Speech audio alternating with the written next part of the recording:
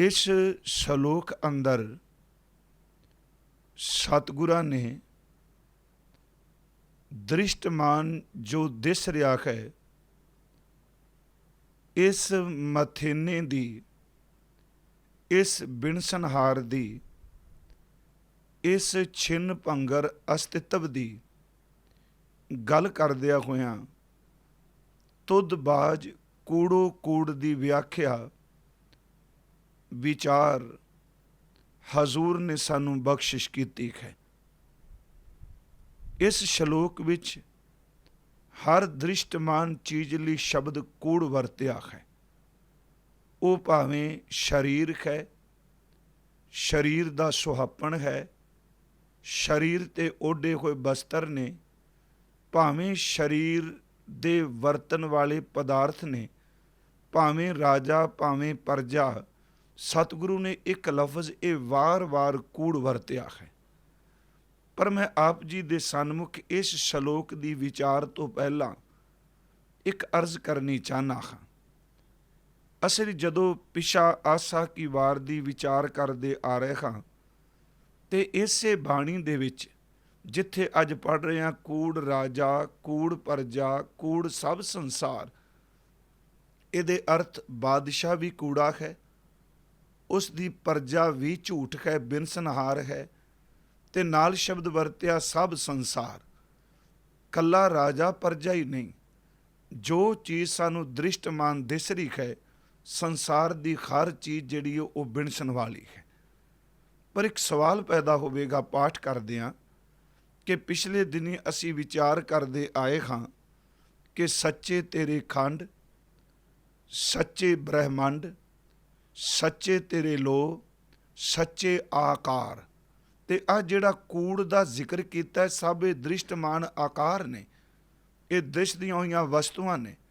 पर पिछे तां दातार कह के आए तेरे खंड भी सच्चे, तेरे ब्रह्मंड भी सच्चे, तेरे आकार भी सच्चे। इत्थों तक लफ्ज वरत्या कि ये जग सच्चे की है कोठड़ी, सच्चे का विच वास। फिर बेनती है, जे ये जग सच्चे की कोठड़ी है ते इत्थे गुरुदेव जी ने शब्द वरत्या कूड़ सब संसार। जग ते संसार अर्थ इन्हां दे दोनों इक्को ने। भावां कि संसार लफ्ज दे अर्थ सियाणे विद्वानां ने यही कीते ने। संसार दा अर्थ है जो घूम रहा है, जो गतिशील चल रहा है।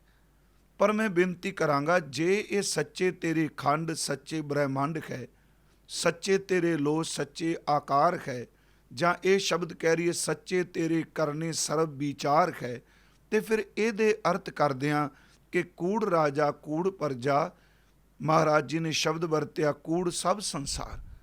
जे ये सच है तो फिर झूठ क्यों?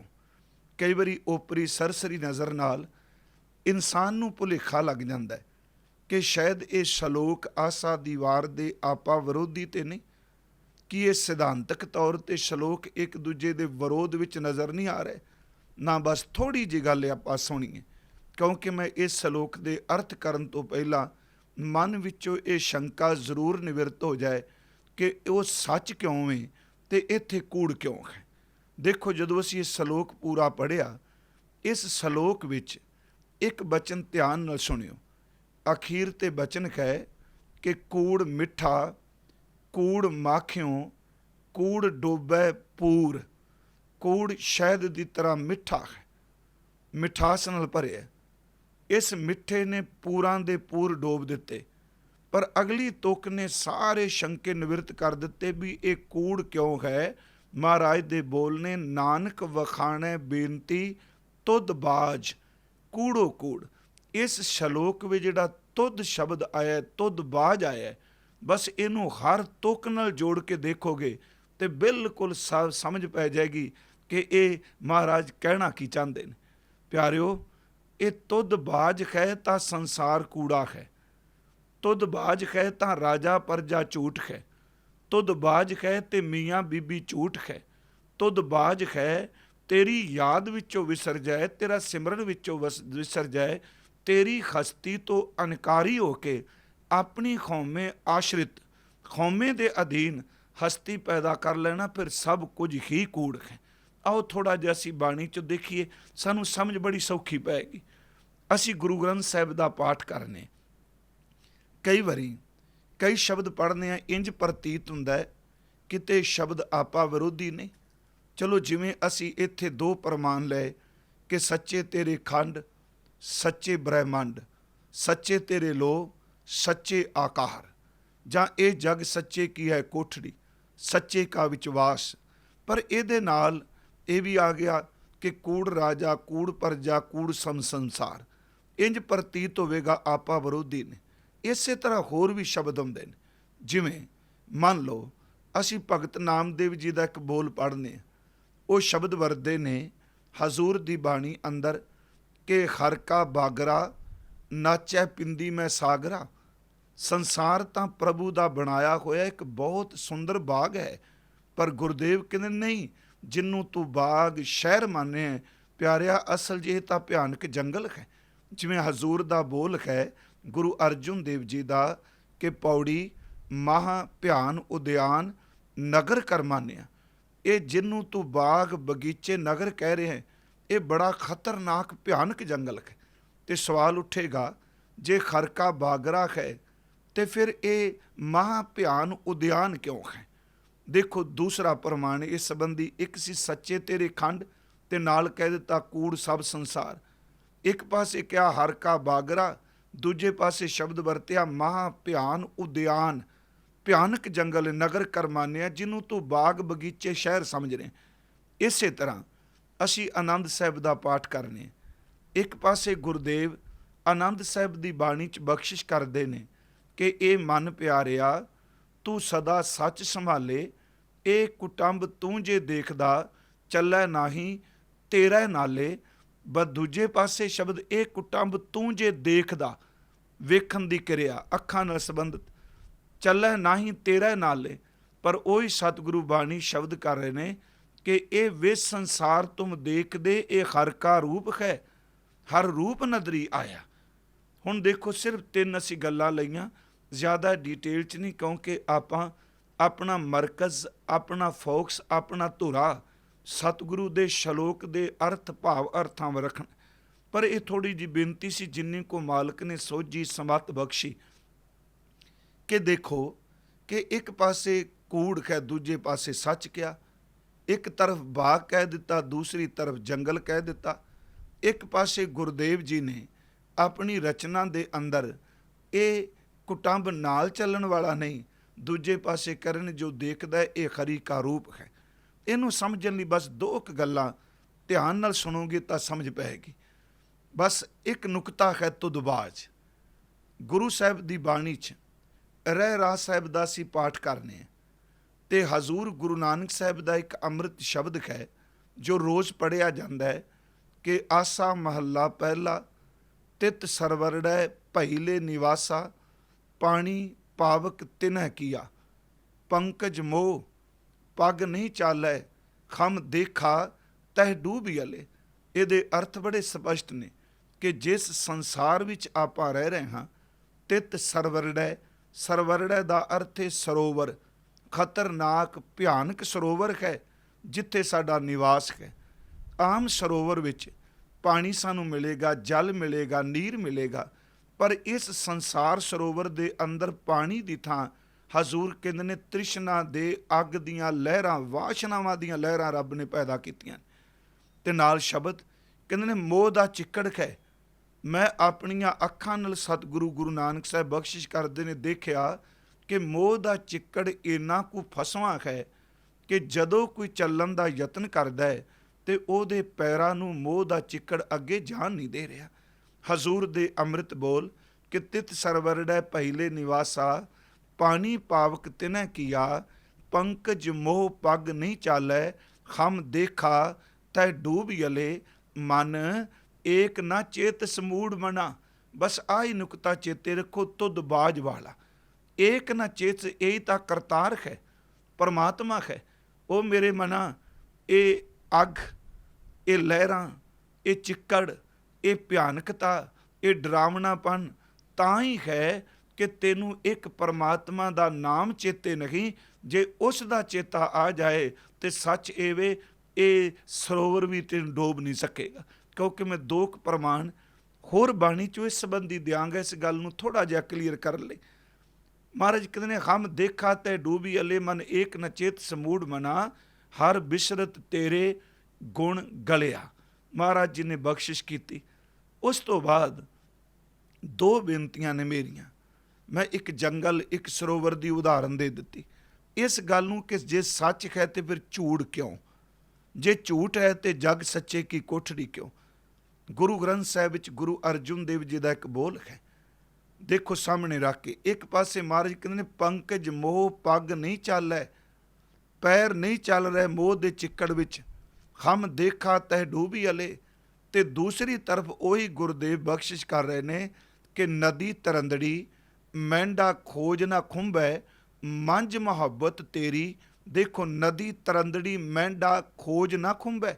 ਮੈਂ ਨਦੀ ਦੇ ਪਾਣੀ ਉੱਪਰ ਚੱਲ ਰਿਹਾ, ਪਰ ਮੇਰੇ ਪੈਰਾਂ ਨੂੰ ਇਹ ਨਦੀ ਦਾ ਪਾਣੀ ਸਪਰਸ਼ ਵੀ ਨਹੀਂ, ਡੋਬਦਾ ਵੀ ਨਹੀਂ ਪਿਆ।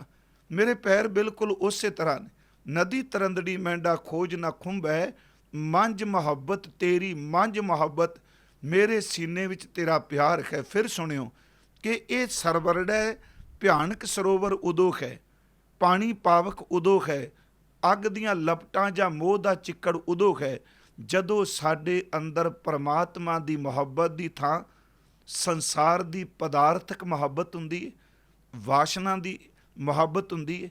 ਜਿੱਥੇ ਵੀ ਸੱਚ ਇਹ ਵੇ ਕਿ ਪਰਮਾਤਮਾ ਦੀ ਯਾਦ ਭੁੱਲੇਗੀ, ਉਹ ਚੀਜ਼ ਦੁਖਦਾਈ ਹੈ, ਬਿਨਸਨਖਾਰ ਹੈ, ਉਹ ਸੰਕਟਮਈ ਹੈ। ਇੱਥੇ ਸਾਹਿਬ ਨੇ ਦੇਖੋ ਬੜਾ ਕਲੀਅਰ ਕੀਤਾ। ਕਹਿੰਦੇ ਨੇ, ਮੈਂ ਨਦੀ ਤੇ ਸਰੋਵਰ ਤੇ ਚੱਲ ਰਿਹਾ, ਪਰ ਮੇਰੇ ਪੈਰਾਂ ਨੂੰ ਤਾਂ ਪਾਣੀ ਵੀ ਛੂ ਰਿਹਾ। ਚਿੱਕੜ ਮੈਨੂੰ ਕਿੱਥੇ ਡੋਬੇਗਾ? ਚਿੱਕੜ ਕਿਵੇਂ ਮੈਨੂੰ ਆਪਣੇ ਵਿੱਚ ਤਸਾਏਗਾ? ਨਦੀ ਤਰੰਦੜੀ ਮਹਿਡਾ ਖੋਜ ਨਾ ਖੁੰਭੈ, ਮੰਝ ਮੁਹੱਬਤ ਤੇਰੀ। ਤਉ ਸ਼ਹਿ ਚਰਨੀ ਮੈਡਾ ਹੀੜਾ ਸੀਤਮ, ਹਰ ਨਾਨਕ ਤੁਲਹਾ ਬੇੜੀ। ਜਦੋਂ ਮੇਰਾ ਹਿਰਦਾ ਪਾਰ ਬ੍ਰਹਮ ਪਰਮੇਸ਼ਵਰ ਦੀ ਤੁਹਾਡੇ ਚਰਨਾਂ ਨਾਲ ਸੀਤਾ ਗਿਆ, ਪਰੋਤਾ ਗਿਆ।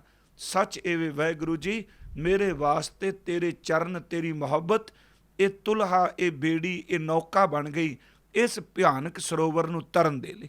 ਦੇਖੋ ਫਿਰ ਬੇਨਤੀ ਹੈ ਕਿ ਇੱਥੇ ਉਹ ਵੀ ਲੋਕ ਧਰਤੀ 'ਚ ਰਹਿ ਕੇ ਗਏ ਜਿਨ੍ਹਾਂ ਨੂੰ ਧਰਤੀ ਦੇ ਬੰਧਨਾਂ ਨੇ ਛੂਹਿਆ ਵੀ ਨਾ, ਜਿਹੜੇ ਬੰਧਨਾਂ ਤੋਂ ਮੁਕਤ ਰਹੇ। ਇਸੇ ਧਰਤੀ ਤੇ ਉਹ ਵੀ ਆਏ ਜਿਹੜੇ ਦਿਨ ਰਾਤ ਕਲਪਦੇ ਰਹੇ।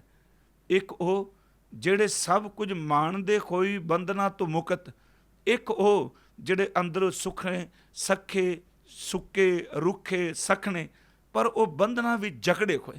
ਮੇਰੀ ਸਿਰਫ ਇੱਕ ਬੇਨਤੀ ਹੈ ਕਿ ਇਹ ਜਗ ਸੱਚੇ ਕੀ ਕੋਠੜੀ ਤਾਂ ਹੈ ਜੇ ਕਰਤਾਰ ਪਰਮਾਤਮਾ ਸਾਈਂ ਚੇਤੇ ਵੇ, ਤੇ ਗੁਰਮੁਖੋ ਜੇ ਕਰਤਾਰ ਚੇਤੇ ਨਹੀਂ ਤੇ ਸੱਚ ਇਹ ਵੇ, ਇਹ ਕੂੜ ਸਭ ਸੰਸਾਰ ਹੈ। ਦੂਸਰੀ ਬੇਨਤੀ, ਇੱਕ ਬਚਨ ਸੀ ਹੋਰ ਲੈ ਲੈਨੇ ਆ ਬਾਣੀ 'ਚ। ਹਜ਼ੂਰ ਦਾ ਬਚਨ ਹੈ ਕਿ ਬਾਰ ਵਿਡਾਨੜੇ ਹੁਮਸ ਤੁਮਸ, ਕੂਕਾਂ ਪਈਆਂ ਰਾਹੀ। ਇਹਦਾ ਅਰਥ ਕਿ ਭਿਆਨਕ ਜੰਗਲ ਹੈ, ਬਗਾਨੀਆਂ ਜੂਹਾਂ ਨੇ। ਮੇਰੇ ਕੰਨਾਂ ਦੇ ਵਿੱਚ ਰੋਣ ਦੀ, ਕਲਪਣ ਦੀ, ਖਾਏ ਖਾਏ ਦੀ ਪੁਕਾਰ ਪਈ ਹੈ। ਪਰ ਕਹਿੰਦੇ ਨੇ ਜੰਗਲ ਬੜਾ ਖਤਰਨਾਕ ਹੈ। ਦਾਸ ਕਈ ਵਾਰੀ ਕਹਿੰਦਾ, ਬਾਗ ਵਿੱਚ ਲੋਕ ਸੈਰ ਕਰਦੇ ਨੇ, ਪਰ ਜੰਗਲ ਵੀ ਜਾਂਦਿਆਂ ਕਈ ਵਾਰੀ ਸੋਚਦੇ ਨੇ ਕਿਤੇ ਕੋਈ ਜਾਨਵਰ, ਕਿਤੇ ਕੋਈ ਭਿਆਨਕ ਖਤਰਨਾਕ ਚੀਜ਼ ਸਾਡੇ ਤੇ ਹਮਲਾ ਨਾ ਕਰ ਦੇ। ਪਰ ਸਤਿਗੁਰੂ ਕਹਿੰਦੇ ਨੇ, ਮੇਰੇ ਲਈ ਤਾਂ ਜੰਗਲ ਵੀ ਬਾਗ ਬਣ ਗਿਆ। ਉਹ ਕਿਵੇਂ ਬਣਿਆ? ਸਾਹਿਬ ਦੇ ਬੋਲ, ਬਾਰ ਵੀ ਡਾਨੜੇ ਖੁਮਸ ਤੁਮਸ, ਕੂਕਾਂ ਪਈਆਂ ਰਾਹੀ। ਉੱਥੇ ਤੈ ਸ਼ਹਿ ਸੇਤੀ ਲਗੜੀ ਡੋਰੀ, ਨਾਨਕ ਆਨੰਦ ਸੇਤੀ ਬਨ ਗਾਹੀ। ਜਦੋਂ ਮੇਰੇ ਅੰਦਰ ਦੀ ਡੋਰ, ਅੰਦਰ ਦੀ ਲਿਵ, ਅੰਦਰ ਦੀ ਤਾਰ ਪਰਮਾਤਮਾ ਤੇਰੇ ਚਰਨਾਂ ਜੁੜ ਗਈ, ਉਦੋਂ ਜੰਗਲ ਵੀ ਬਾਗ ਬਣ ਜਾਂਦਾ ਹੈ। ਪਿਆਰਿਓ ਚੇਤੇ ਰੱਖਿਓ, ਸਿਮਰਨ ਹੋਵੇ ਤੇ ਸਮੁੰਦਰ ਜਿਹੜਾ ਨਾ ਤਰਿਆ ਜਾਣ ਵਾਲਾ ਉਹ ਵੀ ਕੁਛ ਨਹੀਂ ਕਹਿੰਦਾ। ਜੇ ਬੰਦਗੀ ਨਹੀਂ, ਜੇ ਸਿਮਰਨ ਹੈ ਤੇ ਸਭ ਕੁਛ, ਜੇ ਬੰਦਗੀ ਨਹੀਂ ਹਰ ਚੀਜ਼ ਖਤਰਨਾਕ। ਆਓ ਇਹਨੂੰ ਥੋੜ੍ਹਾ ਜਿਹਾ ਹੋਰ ਕਲੀਅਰ ਕਰ ਲਈ ਮੈਂ ਇੱਕ ਉਦਾਹਰਨ ਦੇਣਾ ਵਾਂ ਕਿ ਸਮਝ ਪੈ ਜਾਏ ਇਹ ਕਦੋਂ ਸੱਚ ਭਾਜਦਾ ਹੈ ਤੇ ਕਦੋਂ ਕੂੜ ਹੈ, ਕਦੋਂ ਸੁਖਦਾਈ ਹੈ ਤੇ ਕਦੋਂ ਦੁਖਦਾਈ ਹੈ, ਕਦੋਂ ਸੰਕਟਮਈ ਹੈ ਤੇ ਕਦੋਂ ਸੰਕਟ ਮੋਚਨ ਨਜ਼ਰ ਆਉਂਦਾ ਹੈ। ਇੱਕ ਉਦਾਹਰਨ ਹੈ, ਮੰਨ ਲਓ ਕਿ ਇੱਕ ਬਹੁਤ ਸੋਹਣਾ ਬਾਗ ਹੈ। ਇਨਸਾਨ ਨੇ ਆਪਣੇ ਹੱਥਾਂ ਨਾਲ ਪੇਡੇ, ਫੁੱਲ, ਫਲ ਜੋ ਵੀ ਇਸ ਬਾਗ ਵਿੱਚ ਨੇ ਆਪਣੇ ਹੱਥੀਂ ਲਵਾਏ ਨੇ। ਬਾਗ ਬੜਾ ਸੋਹਣਾ ਹੈ। ਇੱਕ ਬਜ਼ੁਰਗ ਆਪਣੇ ਬੱਚੇ ਨੂੰ ਲੈ ਕੇ ਉਸ ਬਾਗ ਦੇ ਵਿੱਚ ਸੈਰ ਕਰਨ ਜਾਂਦਾ ਹੈ ਤੇ ਬੱਚਾ ਬੜੇ ਆਨੰਦ ਨਾਲ ਬਜ਼ੁਰਗ ਦੀ ਉਂਗਲ ਪਕੜੀ ਸੈਰ ਕਰ ਰਿਹਾ ਹੈ। ਅਚਨਚੇਤ ਮੰਨ ਲਓ ਕਿ ਕੋਈ ਐਸੋ ਜੀ ਗੱਲ ਬਣ ਜਾਏ, ਉਸ ਬੱਚੇ ਦੀ ਹੱਥ ਬਾਪ ਦੀ ਉਂਗਲ ਤੋਂ, ਬਜ਼ੁਰਗ ਦੀ ਉਂਗਲ ਤੋਂ ਵੱਖ ਹੋ ਜਾਏ। ਯਾਦ ਰੱਖਿਓ, ਥੋੜਾ ਜਿਹਾ ਬੱਚਾ ਅੱਗੇ ਜਾਏ, ਬਜ਼ੁਰਗ ਬਾਗ ਦੇ ਕਿਸੇ ਦੂਜੇ ਪਾਸੇ ਚਲਾ ਜਾਏ, ਉਹੀ ਬੱਚਾ ਆਪਣੇ ਬਾਪ ਦੇ ਬਣੇ ਹੋਏ ਬਾਗ ਵਿੱਚ ਰੋਣ ਲੱਗ ਪਏਗਾ, ਕੁਰਲਾਉਣ ਲੱਗ ਪਏਗਾ, ਪਰ ਬਾਗ ਤਾਂ ਉਹਦੇ ਬਾਪ ਨੇ ਬਣਾਇਆ।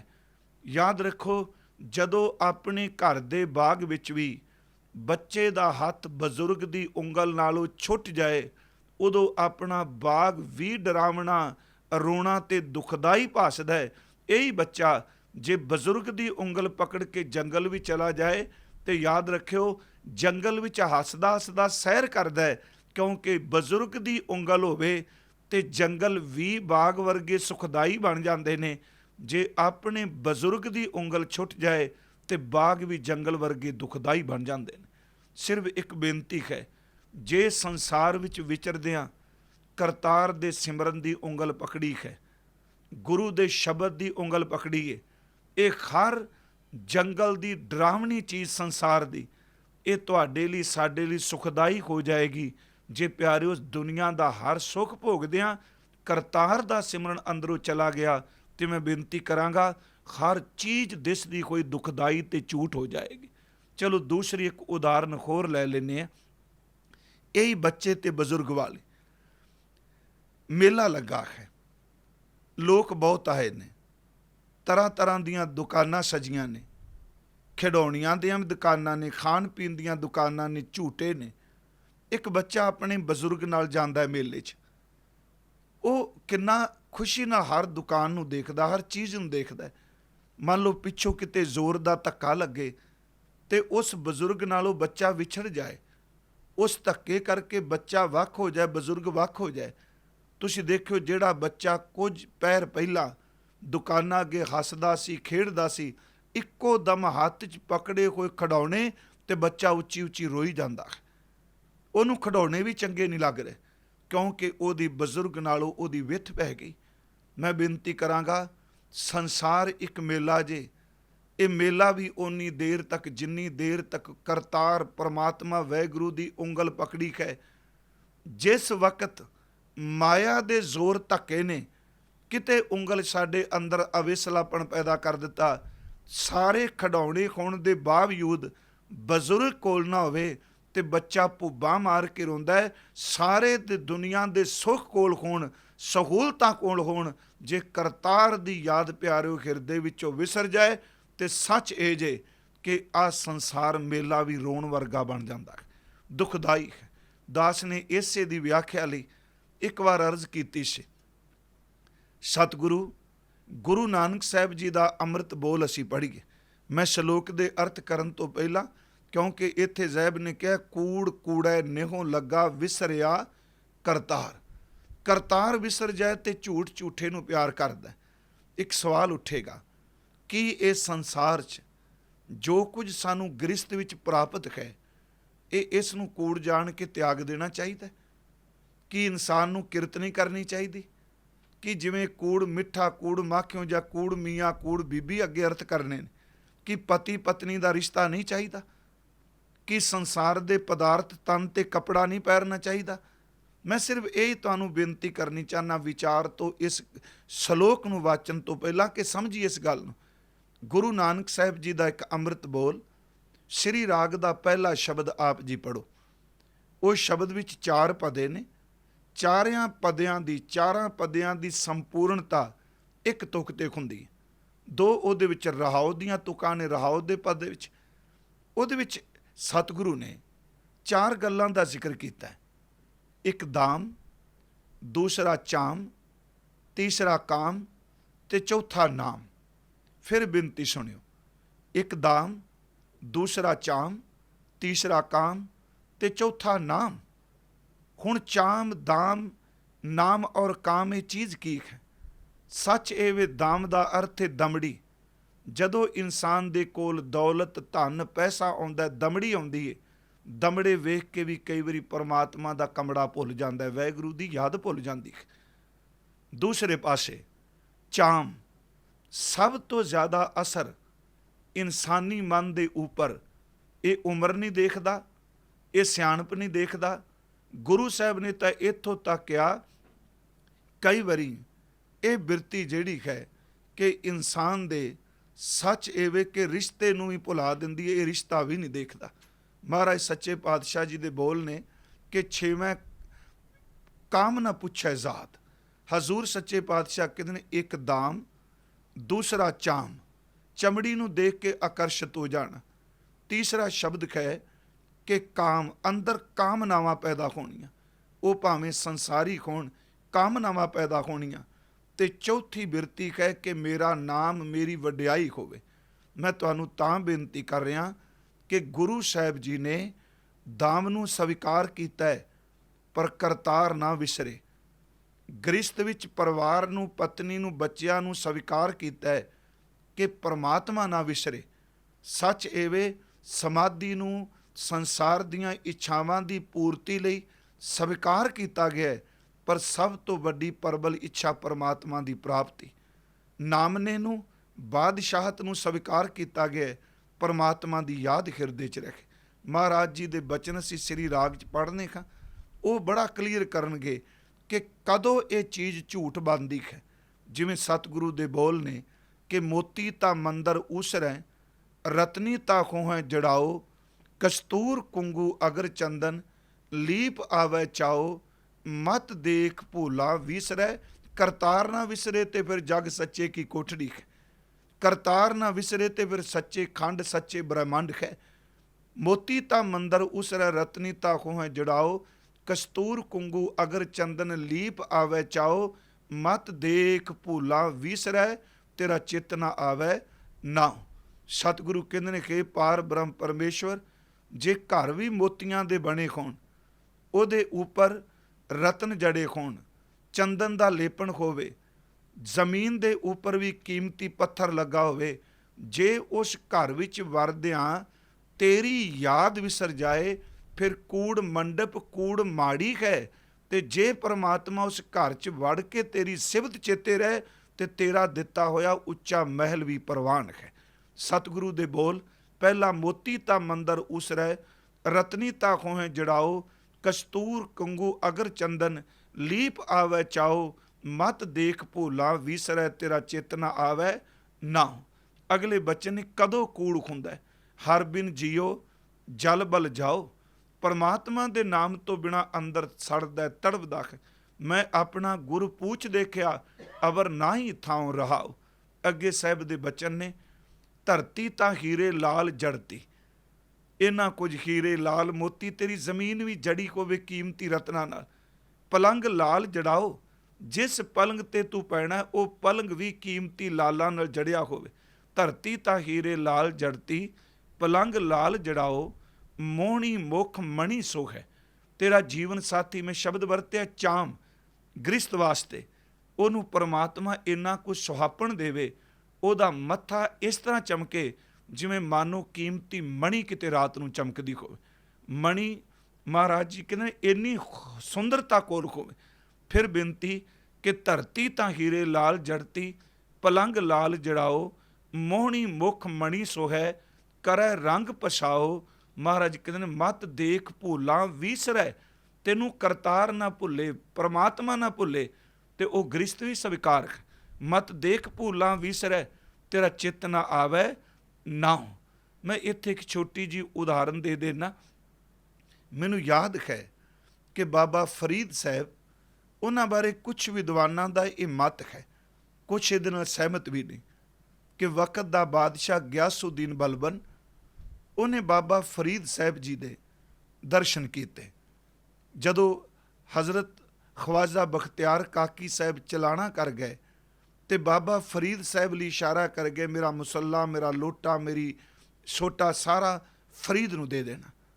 ਫਰੀਦ ਜੀ, ਬਾਬਾ ਫਰੀਦ ਸਾਹਿਬ ਮਸੂਦ ਸ਼ੱਕਰਗੰਜ ਆਏ।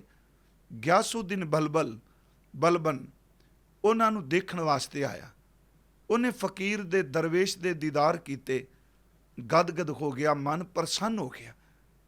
ਉਹਨੇ ਆਪਣੇ ਮਹਿਲ ਵਿੱਚ ਜਾ ਕੇ ਇਸ ਫਕੀਰ ਦੀ, ਇਸ ਦਰਵੇਸ਼ ਦੀ ਸਿਫਤ ਸਲਾਹ ਕੀਤੀ ਵੀ ਕਮਾਲ ਦਾ ਦਰਵੇਸ਼। ਗਿਆਸੁਦੀਨ ਬਲਬਲ ਦੇ ਪਰਿਵਾਰ ਵਿੱਚੋਂ ਔਰਤਾਂ ਨੇ ਉਸ ਫਕੀਰ ਦੇ ਦੀਦਾਰ ਕਰਨ ਦੀ ਤਲਬ, ਇੱਛਾ ਜ਼ਾਹਰ ਕੀਤੀ। ਗਿਆਸੁਦੀਨ ਬਲਬਲ ਨੇ ਸੁਨੇਹਾ ਭੇਜ ਕੇ ਬਾਬਾ ਫਰੀਦ ਸਾਹਿਬ ਨੂੰ ਆਪਣੇ ਮਹੱਲ ਦੇ ਵਿੱਚ ਬੁਲਾਇਆ। ਕਹਿੰਦੇ ਸਾਰੇ ਨੇਕ ਵਕਤ ਔਰਤਾਂ ਨੇ ਉਹਨਾਂ ਦੇ ਦੀਦਾਰ ਕੀਤੇ, ਉਹਨਾਂ ਨੂੰ ਦੇਖਿਆ, ਪਰ ਇੱਕ ਸ਼ਹਿਜ਼ਾਦੀ ਉਹਨੇ ਦੇਖਿਆ ਪਰ ਇਸ ਤਰ੍ਹਾਂ ਖਲੋਗੀ ਜਿਵੇਂ ਪੱਥਰ ਦੀ ਤਰ੍ਹਾਂ ਹੈ। ਉਹਦੇ ਆਪਣਾ ਆਪ ਭੁੱਲ ਗਿਆ ਇਸ ਦਰਵੇਸ਼ ਨੂੰ ਦੇਖ ਕੇ। ਬਾਬਾ ਫਰੀਦ ਸਾਹਿਬ ਚਲੇ ਗਏ। ਗਿਆਸੁਦੀਨ ਬਲਬਲ ਨੇ ਆਪਣੀ ਉਸ ਸ਼ਹਿਜ਼ਾਦੀ ਦਾ ਰਿਸ਼ਤਾ ਬਾਬਾ ਫਰੀਦ ਸਾਹਿਬ ਵਾਸਤੇ ਭੇਜਿਆ। ਜੋ ਕਿਹਾ ਜਾਂਦਾ ਹੈ, ਕਹਿੰਦੇ ਬਾਬਾ ਫਰੀਦ ਨੇ ਉਸ ਰਿਸ਼ਤੇ ਨੂੰ ਸਵੀਕਾਰ ਕੀਤਾ, ਨਿਕਾਹ ਹੋ ਗਿਆ। ਆਖਰ ਬਾਦਸ਼ਾਹ ਦੀ ਧੀ ਹੈ, ਇੱਕ ਦਰਵੇਸ਼ ਫਕੀਰ ਦੇ ਨਾਲ ਵਿਆਹੀ ਗਈ। ਜਦੋਂ ਉਹ ਨਿਕਾਹ ਤੋਂ ਬਾਅਦ ਆਪਣੇ ਟਿਕਾਣੇ ਤੇ, ਆਪਣੇ ਡੇਰੇ ਤੇ, ਆਪਣੇ ਮੁਕਾਮ ਤੇ ਆਏ, ਬਾਬਾ ਫਰੀਦ ਸਾਹਿਬ ਸਾਰਾ ਦਿਨ ਦਰਵੇਸ਼ਾਂ ਨਾਲ, ਵਿਦਿਆਰਥੀਆਂ ਨਾਲ ਰੱਬ ਦਾ ਵਿਰਦ, ਪਰਮਾਤਮਾ ਦਾ ਜ਼ਿਕਰ ਕਰਦੇ ਰਹੇ। ਜਦੋਂ ਵਾਪਸ ਘਰ ਆਏ, ਰਾਤ ਉਹ ਪਲੰਗ ਉੱਪਰ ਲੇਟੇ ਨਹੀਂ, ਜ਼ਮੀਨ ਤੇ ਮੁਸੱਲਾ ਵਿਛਾ ਅੱਲਾ ਦੀ ਇਬਾਦਤ ਵਿੱਚ ਜੁੜੇ ਰਹੇ। ਦੂਸਰੀ ਰਾਤ, ਤੀਸਰੀ ਰਾਤ ਤੇ ਵਾਪਰਿਆ, ਉਸ ਸ਼ਹਿਜ਼ਾਦੀ ਨੇ ਫਰੀਦ ਸਾਹਿਬ ਬਾਬਾ ਜੀ ਨੂੰ ਹੱਥ ਜੋੜ ਕੇ ਇਹ ਅਰਜ਼ ਕੀਤੀ, ਇਸ ਬਾਂਦੀ ਤੋਂ ਕੀ ਗੁਸਤਾਖੀ ਹੋ ਗਈ ਕਿ ਮੇਰੇ ਬਾਪ ਨੇ, ਮੇਰੇ ਪਿਤਾ ਨੇ ਜਾਂ ਮੇਰੇ ਅੱਬਾ ਨੇ ਇੱਕ ਫਕੀਰ ਦੇ ਲੜ ਲਾਇਆ ਮੈਨੂੰ, ਮੇਰੇ ਤੋਂ ਕੋਈ ਗੁਸਤਾਖੀ ਹੋ ਗਈ ਹੋਵੇ। ਉਸ ਵਕਤ ਬਾਬਾ ਜੀ ਦੇ ਬਚਨ ਚੇਤੇ ਰੱਖਣ ਵਾਲੇ ਨੇ ਕਹਿਣ ਲੱਗੇ, ਦੇਖ ਤੂੰ ਮੇਰੇ ਨਾਲ, ਤੇਰਾ ਨਿਕਾਹ ਹੋਇਆ ਹੈ, ਮੈਂ 3 ਰਾਤਾਂ ਹੋ ਗਈਆਂ ਆਇਆ, ਸਪਰਸ਼ ਤਾਂ ਇਸ ਕਰਕੇ ਨਹੀਂ ਕਿਉਂਕਿ ਤੂੰ ਬਾਦਸ਼ਾਹ ਦੀ ਬੇਟੀ ਹੈ, ਤੂੰ ਸ਼ਹਿਜ਼ਾਦੀ ਹੈ, ਸੁੱਖ ਵਿੱਚ ਪਲੀ ਹੈ, ਪਰ ਮੈਂ ਤੈਨੂੰ ਇੱਕ ਗੱਲ ਦੱਸਣੀ ਚਾਹੁੰਦਾ, ਮੈਂ ਦਰਵੇਸ਼ ਰੱਬ ਤੋਂ ਬਿਨਾਂ ਕਿਸੇ ਦੀ ਮੁਤਾਜੀ ਨਹੀਂ ਕਰਦਾ। ਜੇ ਮੇਰੇ ਨਾਲ ਜ਼ਿੰਦਗੀ ਬਤੀਤ ਕਰਨੀ ਹੋਵੇਗੀ ਤੇ ਸਾਜ਼ੋ ਸਮਾਨ ਜਿਹੜੇ ਦ੍ਰਿਸ਼ਟਮਾਨ ਜਿਨ੍ਹਾਂ 'ਚ ਖਚਤ ਹੈ, ਉਹਨਾਂ ਨੂੰ ਤਿਆਗ ਕੇ ਕੇਵਲ ਪਰਮਾਤਮਾ ਦੀ ਇਬਾਦਤ ਵਿੱਚ ਜੁੜਨਾ ਹੋਵੇਗਾ। ਸੱਚਮੁੱਚ ਉਸ ਔਰਤ ਨੇ ਸਾਰੀ ਜ਼ਿੰਦਗੀ ਉਸ ਦਰਵੇਸ਼ ਦੇ ਨਾਲ ਦੁਨੀਆ ਦੇ ਸੁੱਖ ਨੂੰ ਭੁਲਾ ਕੇ ਕੇਵਲ ਕਰਤਾਰ ਦੀ ਯਾਦ ਵੀ ਜੁੜੀ ਰਹੀ। ਮੈਂ ਸਿਰਫ ਇਸ ਕਰਕੇ ਬੇਨਤੀ ਕੀਤੀ ਕਿ ਪਰਮਾਤਮਾ ਦਾਮ ਦੇਵੇ ਤੇ ਤਾਂ ਵੀ ਕਰਤਾਰ ਵਿਸਰੇ ਨਾ, ਚਾਮ ਦੀ ਨਜ਼ਦੀਕਤਾ ਹੋਵੇ ਤੇ ਤਾਂ ਵੀ ਕਰਤਾਰ ਵਿਸਰੇ ਨਾ। ਇਸੇ ਨੂੰ ਸਾਹਿਬ ਨੇ ਬਾਣੀ 'ਚ ਕਿਹਾ ਹੈ ਕਿ ਧਰਤੀ ਤਾਂ ਹੀਰੇ ਲਾਲ ਜੜਤੀ, ਪਲੰਗ ਲਾਲ ਜੜਾਓ, ਮੋਹਣੀ ਮੁਖ ਮਣੀ ਸੋਹੈ, ਕਰੈ ਰੰਗ ਪਛਾਓ, ਮਤ ਦੇਖ ਭੂਲਾ ਵਿਸਰੈ, ਤੇਰਾ ਚਿਤ ਨਾ ਆਵੈ ਨਾਉ। ਤੀਸਰਾ ਬਚਨ ਹੈ ਕਾਮਨਾਮਾ। ਮੈਂ ਲਫ਼ਜ਼ ਕਾਮ ਦੇ ਅਰਥ ਵਿਸ਼ੇ ਵਾਲੇ ਨਹੀਂ ਕੀਤੇ, ਕਾਮਨਾਮਾ। ਕਾਮਨਾ ਕਦੀ ਬੰਦੇ ਦੀ ਸ਼ਾਂਤ ਨਹੀਂ ਹੁੰਦੀ।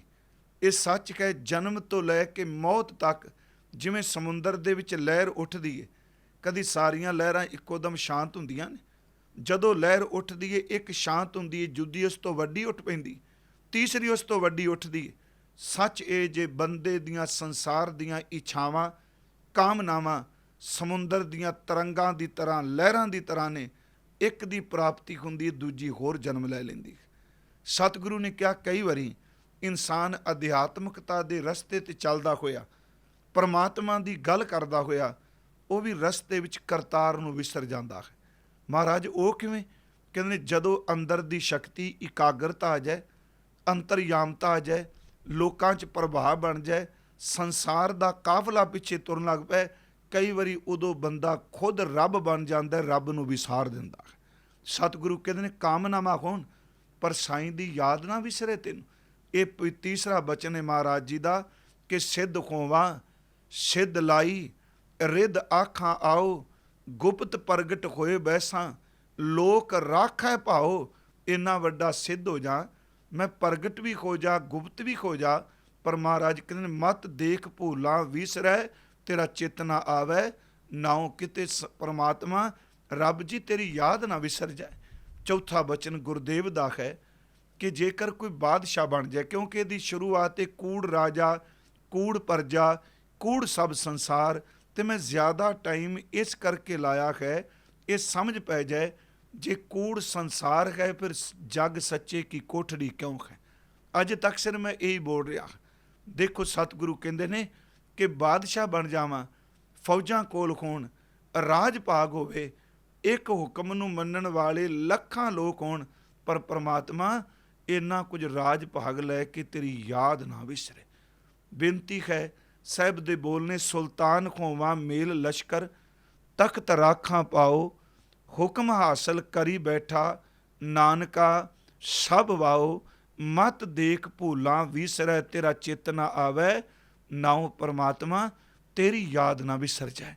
ਖੈਰ, ਹੁਣ ਤੱਕ ਦੀ ਜਿਹੜੀ ਵਿਚਾਰ ਸੀ ਉਹ ਸਿਰਫ ਇੱਕ ਬਿੰਦੂ ਤੇ ਕੇਂਦਰਿਤ ਹੈ ਕਿ ਜਦੋਂ ਕਰਤਾਰ ਵਿਸਰ ਜਾਏਗਾ ਸੰਸਾਰ ਝੂਠਾ ਹੈ।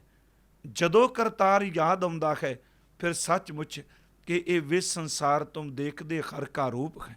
ਸਤਿਗੁਰਾਂ ਨੇ ਜਿਹੜਾ ਅੱਜ ਵਿਚਾਰ ਵਾਲਾ ਸ਼ਲੋਕ ਸਾਨੂੰ ਬਖਸ਼ਿਸ਼ ਕੀਤਾ, ਇਸ ਦੀਆਂ ਪਹਿਲੀਆਂ ਤੁਕਾਂ ਨੇ ਕਿ ਸ਼ਲੋਕ ਮਹੱਲਾ ਪਹਿਲਾ ਗੁਰੂ ਨਾਨਕ ਸਾਹਿਬ ਦੀ ਰਸਨਾ ਤੋਂ ਉਚਾਰਨ ਕੀਤਾ ਹੋਇਆ ਸ਼ਲੋਕ ਹੈ। ਕੂੜ ਰਾਜਾ, ਕੂੜ ਪਰਜਾ, ਕੂੜ ਸਭ ਸੰਸਾਰ। ਪਰ ਇਸ ਸ਼ਲੋਕ ਦੇ ਅਰਥ ਕਰਦਿਆਂ ਮੈਂ ਫਿਰ ਅਰਜ਼ ਕਰਾਂਗਾ, ਅਖੀਰ ਵਾਲੀ ਤੁਕ ਨੂੰ ਨਾਲ ਲੈ ਕੇ ਹਰ ਤੁਕ ਦੇ ਚੱਲਾਂਗੇ ਤਾਂ ਅਰਥ ਹੋਣਗੇ। ਅਖੀਰ ਵਾਲੀ ਤੁਕ ਹੈ ਕਿ ਨਾਨਕ ਵਖਾਣੇ ਬੇਨਤੀ, ਤੁਧ ਬਾਜ ਕੂੜੋ ਕੂੜ। ਇਹਦੇ ਅਰਥ ਪਹਿਲਾਂ ਕਰਨਗੇ। ਇਹਦਾ ਅਰਥ ਕਿ ਗੁਰੂ ਨਾਨਕ ਸਾਹਿਬ ਵਖਾਣੇ ਦਾ ਅਰਥੇ ਬੋਲਦੇ ਨੇ, ਬੇਨਤੀ ਕਰਦੇ ਨੇ, ਪ੍ਰਭੂ ਅਸਲ 'ਚ ਜਿਹਨੂੰ ਮੈਂ ਕੂੜ ਕਹਿਣ ਲੱਗਾ, ਰਾਜਾ ਨੂੰ, ਪਰਜਾ ਨੂੰ, ਮੰਡਪ ਨੂੰ, ਮਾੜੀਆਂ ਨੂੰ, ਰੂਪ ਨੂੰ, ਕੱਪੜਿਆਂ ਨੂੰ, ਮੀਆਂ ਨੂੰ, ਬੀਬੀ ਨੂੰ, ਇਹ ਇਸ ਕਰਕੇ ਮੈਂ ਕਹਿਣ ਲੱਗਾ ਕਿ ਮੈਂ ਬੇਨਤੀ ਕਰ ਰਿਹਾ, ਵਾਹਿਗੁਰੂ ਜੀ ਤੁਧ ਬਾਜ ਕੂੜੋ ਕੂੜ, ਜਿੱਥੇ ਆ ਕੇ ਤੂੰ ਨਹੀਂ, ਤੇਰੀ ਯਾਦ ਨਹੀਂ, ਹਰ ਚੀਜ਼ ਜਿਹੜੀ ਉਹ ਝੂਠ ਹੈ, ਉਹ ਕੂੜ ਹੈ। ਸਤਿਗੁਰੂ ਨੇ ਇੱਥੇ ਸ਼ੁਰੂ ਕਰੀਏ, ਤੁਧ ਬਾਜ ਕੂੜੋ ਕੂੜ। ਤੁਧ ਬਾਜ ਕੂੜ ਰਾਜਾ। ਇਹ ਨਹੀਂ ਕਿ ਆਪਾਂ ਬਾਣੀ ਦੇ ਤੁਕਾਂ ਬਦਲ ਰਹੇ ਹਾਂ, ਕਿਉਂਕਿ ਅਰਥ ਕਰਨ ਲਈ ਜ਼ਰੂਰੀ ਹੈ ਇਹ ਸਮਝਣਾ। ਤੁਧ ਬਾਜ ਲਫ਼ਜ਼ ਇਸ ਸ਼ਲੋਕ ਵਿੱਚ ਬੜੇ ਗਹਿਰੇ ਅਰਥ ਰੱਖਦਾ।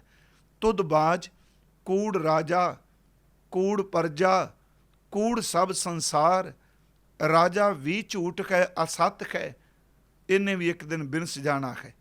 ਜਿਹੜੀ ਪਰਜਾ ਉਸ ਰਾਜੇ ਦੇ ਅਧੀਨ ਹੈ, ਉਹਦੇ ਹੁਕਮ ਨੂੰ ਮੰਨ ਰਹੀ ਹੈ, ਉਸ ਰਾਜਾ ਨੇ, ਉਸ ਪਰਜਾ ਨੇ ਵੀ ਇੱਕ ਦਿਨ ਬਿਨਸ ਜਾਣਾ ਹੈ। ਮਹਾਰਾਜ ਜੀ ਕਹਿੰਦੇ ਕੂੜ ਸਭ ਸੰਸਾਰ। ਜਿਹੜਾ ਦ੍ਰਿਸ਼ਟਮਾਨ ਦਿਸ ਰਿਹਾ ਹੈ, ਇਸ ਸੰਸਾਰ ਨੇ ਵੀ ਇੱਕ ਦਿਨ ਬਿਨਸ ਜਾਣਾ। ਇਹ ਅਸਤ ਹੈ, ਇਹ ਸੱਚ ਨਹੀਂ। ਕੂੜ ਮੰਡਪ, ਜਿਹੜੇ ਵੱਡੇ ਵੱਡੇ ਸ਼ਾਮਾਨ ਨੇ, ਮੰਡਪ ਲਾਏ ਜਾਂਦੇ ਨੇ। ਮਹਾਰਾਜ ਜੀ ਕਹਿੰਦੇ ਨੇ ਕੂੜ ਮਾੜੀ, ਜਿਹੜੇ ਉੱਚੇ ਉੱਚੇ ਮਹਿਲ ਨੇ, ਮਹਿਲ ਮਾੜੀਆਂ ਨੇ।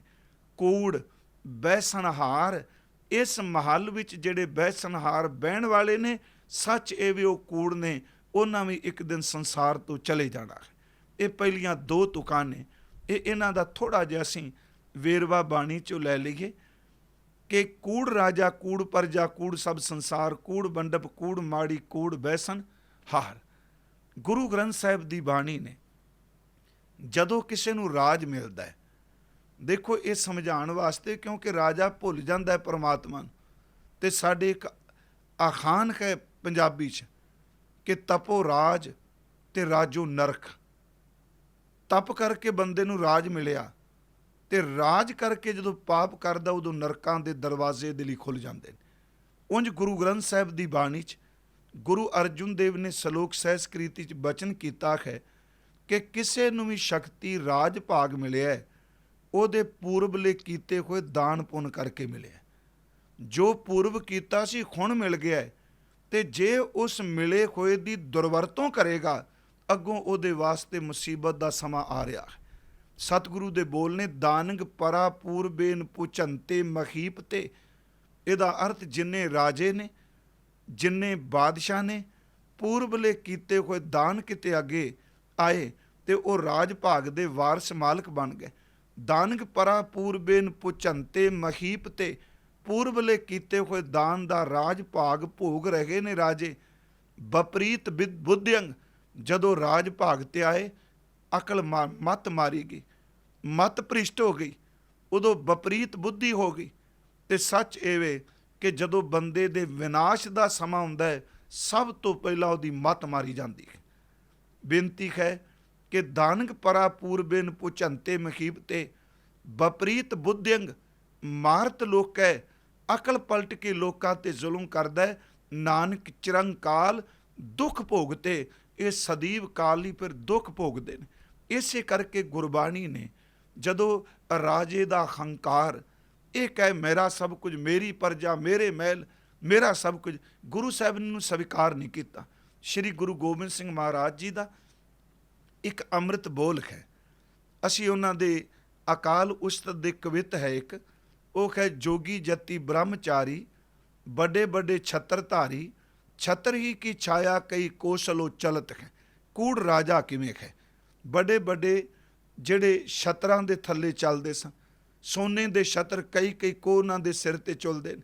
ਜੋਗੀ ਜਤੀ ਬ੍ਰਹਮਚਾਰੀ, ਵੱਡੇ ਵੱਡੇ ਛਤਰ ਧਾਰੀ, ਛਤਰ ਹੀ ਕੀ ਛਾਇਆ ਕਈ ਕੋਸਲੋ ਚਲਤ ਹੈ। ਜੋਗੀ ਆਏ, ਜਤੀ ਆਏ, ਬ੍ਰਹਮਚਾਰੀ ਆਏ, ਜਿਹੜੇ ਛਤਰਾਂ ਤੱਕ, ਇੱਥੋਂ ਤੱਕ ਗੁਰੂ ਗ੍ਰੰਥ ਸਾਹਿਬ ਕਹਿੰਦੇ 48 ਕੋਹ ਤੱਕ ਕੌਰਵਾਂ ਦੇ ਸਿਰ ਦੇ ਉੱਤੇ ਸੋਨੇ ਦੀਆਂ ਛਤਰੀਆਂ ਛਤਰੀਆਂ ਹੁੰਦੀਆਂ ਸਨ। ਇੱਕ ਅੱਧੀ ਛਤਰੀ ਕਿੰਨਾ ਕੁ ਧਨ ਸੀ ਉਸ ਵੇਲੇ ਕਿ 48 ਕੋਹ ਮਹਾਰਾਜ ਜੀ ਨੇ 12 ਯੋਜਨ ਵਰਤਿਆ। ਤੇ ਜਦੋਂ ਅਸੀਂ ਪੜ੍ਹਦੇ ਹਾਂ 4 ਕੋਹ ਦਾ ਇੱਕ ਯੋਜਨ ਹੈ, 48 ਕੋਹ 50 ਕੋਹ ਦੇ ਕਰੀਬ ਕਹਿ ਲਾਂ, ਉਹਨਾਂ ਦੇ ਸਿਰ ਉੱਤੇ ਸੋਨੇ ਦੇ ਛਤਰ ਛਤਰ, ਕਿੰਨਾ ਕੁ ਦੌਲਤ। ਪਰ ਅੱਜ ਜਿਨ੍ਹਾਂ ਦੇ ਸਿਰ ਉੱਤੇ ਸੋਨੇ ਦੇ ਛਤਰ ਝੁਲਦੇ ਸਨ, ਉਹਨਾਂ ਦਾ ਨਾਮੋ ਨਿਸ਼ਾਨ ਵੀ ਨਹੀਂ ਰਿਹਾ। ਬਾਣੀ 'ਚ ਬਚਨ ਵੀ ਆਉਂਦਾ ਹੈ ਕਿ ਮੇਰੀ ਮੇਰੀ ਕੈਰੋ ਕਰਤੇ, ਦਰਯੋਧਨ ਸੇ ਭਾਈ, 12 ਯੋਜਨ ਛਤਰ ਚਲੇ ਥਾ, ਦੇਹੀ ਗਿਰਜਨ ਖਾਈ। ਜਿਨ੍ਹਾਂ ਦੇ ਸਿਰ ਤੇ 12 ਯੋਜਨ ਸੋਨੇ ਦਾ ਛਤਰ ਚੱਲਦਾ ਸੀ, ਝੁਲਦਾ ਸੀ, ਅੱਜ ਮਹਾਰਾਜ ਕਹਿੰਦੇ ਜੰਗ 'ਚ ਉਹਨਾਂ ਦੇ ਸਰੀਰ ਨੂੰ ਗਿਰਜਾ ਨੇ ਨੋਚ ਕੇ ਖਾਧਾ। ਰਾਵਣ ਵਰਗੇ ਦਾ ਜ਼ਿਕਰ ਬਾਣੀ 'ਚ ਬੜਾ ਹੁੰਦਾ, ਜਿਹਦੀ ਸਾਰੀ ਲੰਕਾ ਹੀ ਸੋਨੇ ਦੀ ਸੀ। ਪਰ ਯਾਦ ਰੱਖਿਓ, ਤੁਧ ਬਾਜ ਕੂੜੋ ਕੂੜ ਹੈ। ਇਹ ਕੂੜ ਰਾਜਾ ਤਾਂ ਹੀ ਸਾਈਂ ਦੀ ਯਾਦ ਵਿਸਰ ਗਏ। ਮਹਾਰਾਜ ਜੀ ਦੇ ਬੋਲ ਨੇ ਕਿ ਸਰਬ ਸੋਇਨ ਕੀ ਲੰਕਾ ਹੋਤੀ, ਰਾਵਣ ਸੇ ਅਧਕਾਈ।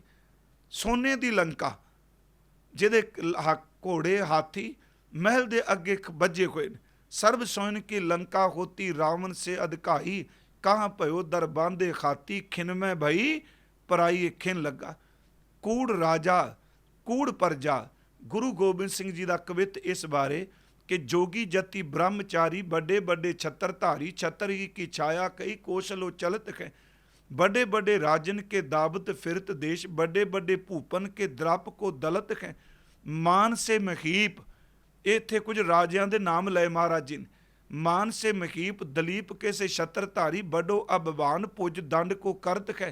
दारा से दलीसर, दुर्योधन से मानधारी, भोग भोग भूम अंत भूम में मिलत है। एक दिन भोगते हुए विषय ये सारे बंदे मिट्टी विच मिल गए, क्योंकि इन्हां कोल करतार दी परमात्मा दी याद ने। सतगुरु पहला बचन करदे ने, कूड़ राजा, कूड़ प्रजा, कूड़ सब संसार। वड्डे वड्डे हंकार करन वाले राजे भी असत ने। ਜਿਹੜੀ प्रजा अज उन्हां दे पानी भल के रिजक दाता, प्रजा पालक, जां पनाह, हर दो आलम कह रही है, दो आलम शाह कह रही है। इस प्रजा ने, वजीरा ने भी एक दिन खत्म हो जाना।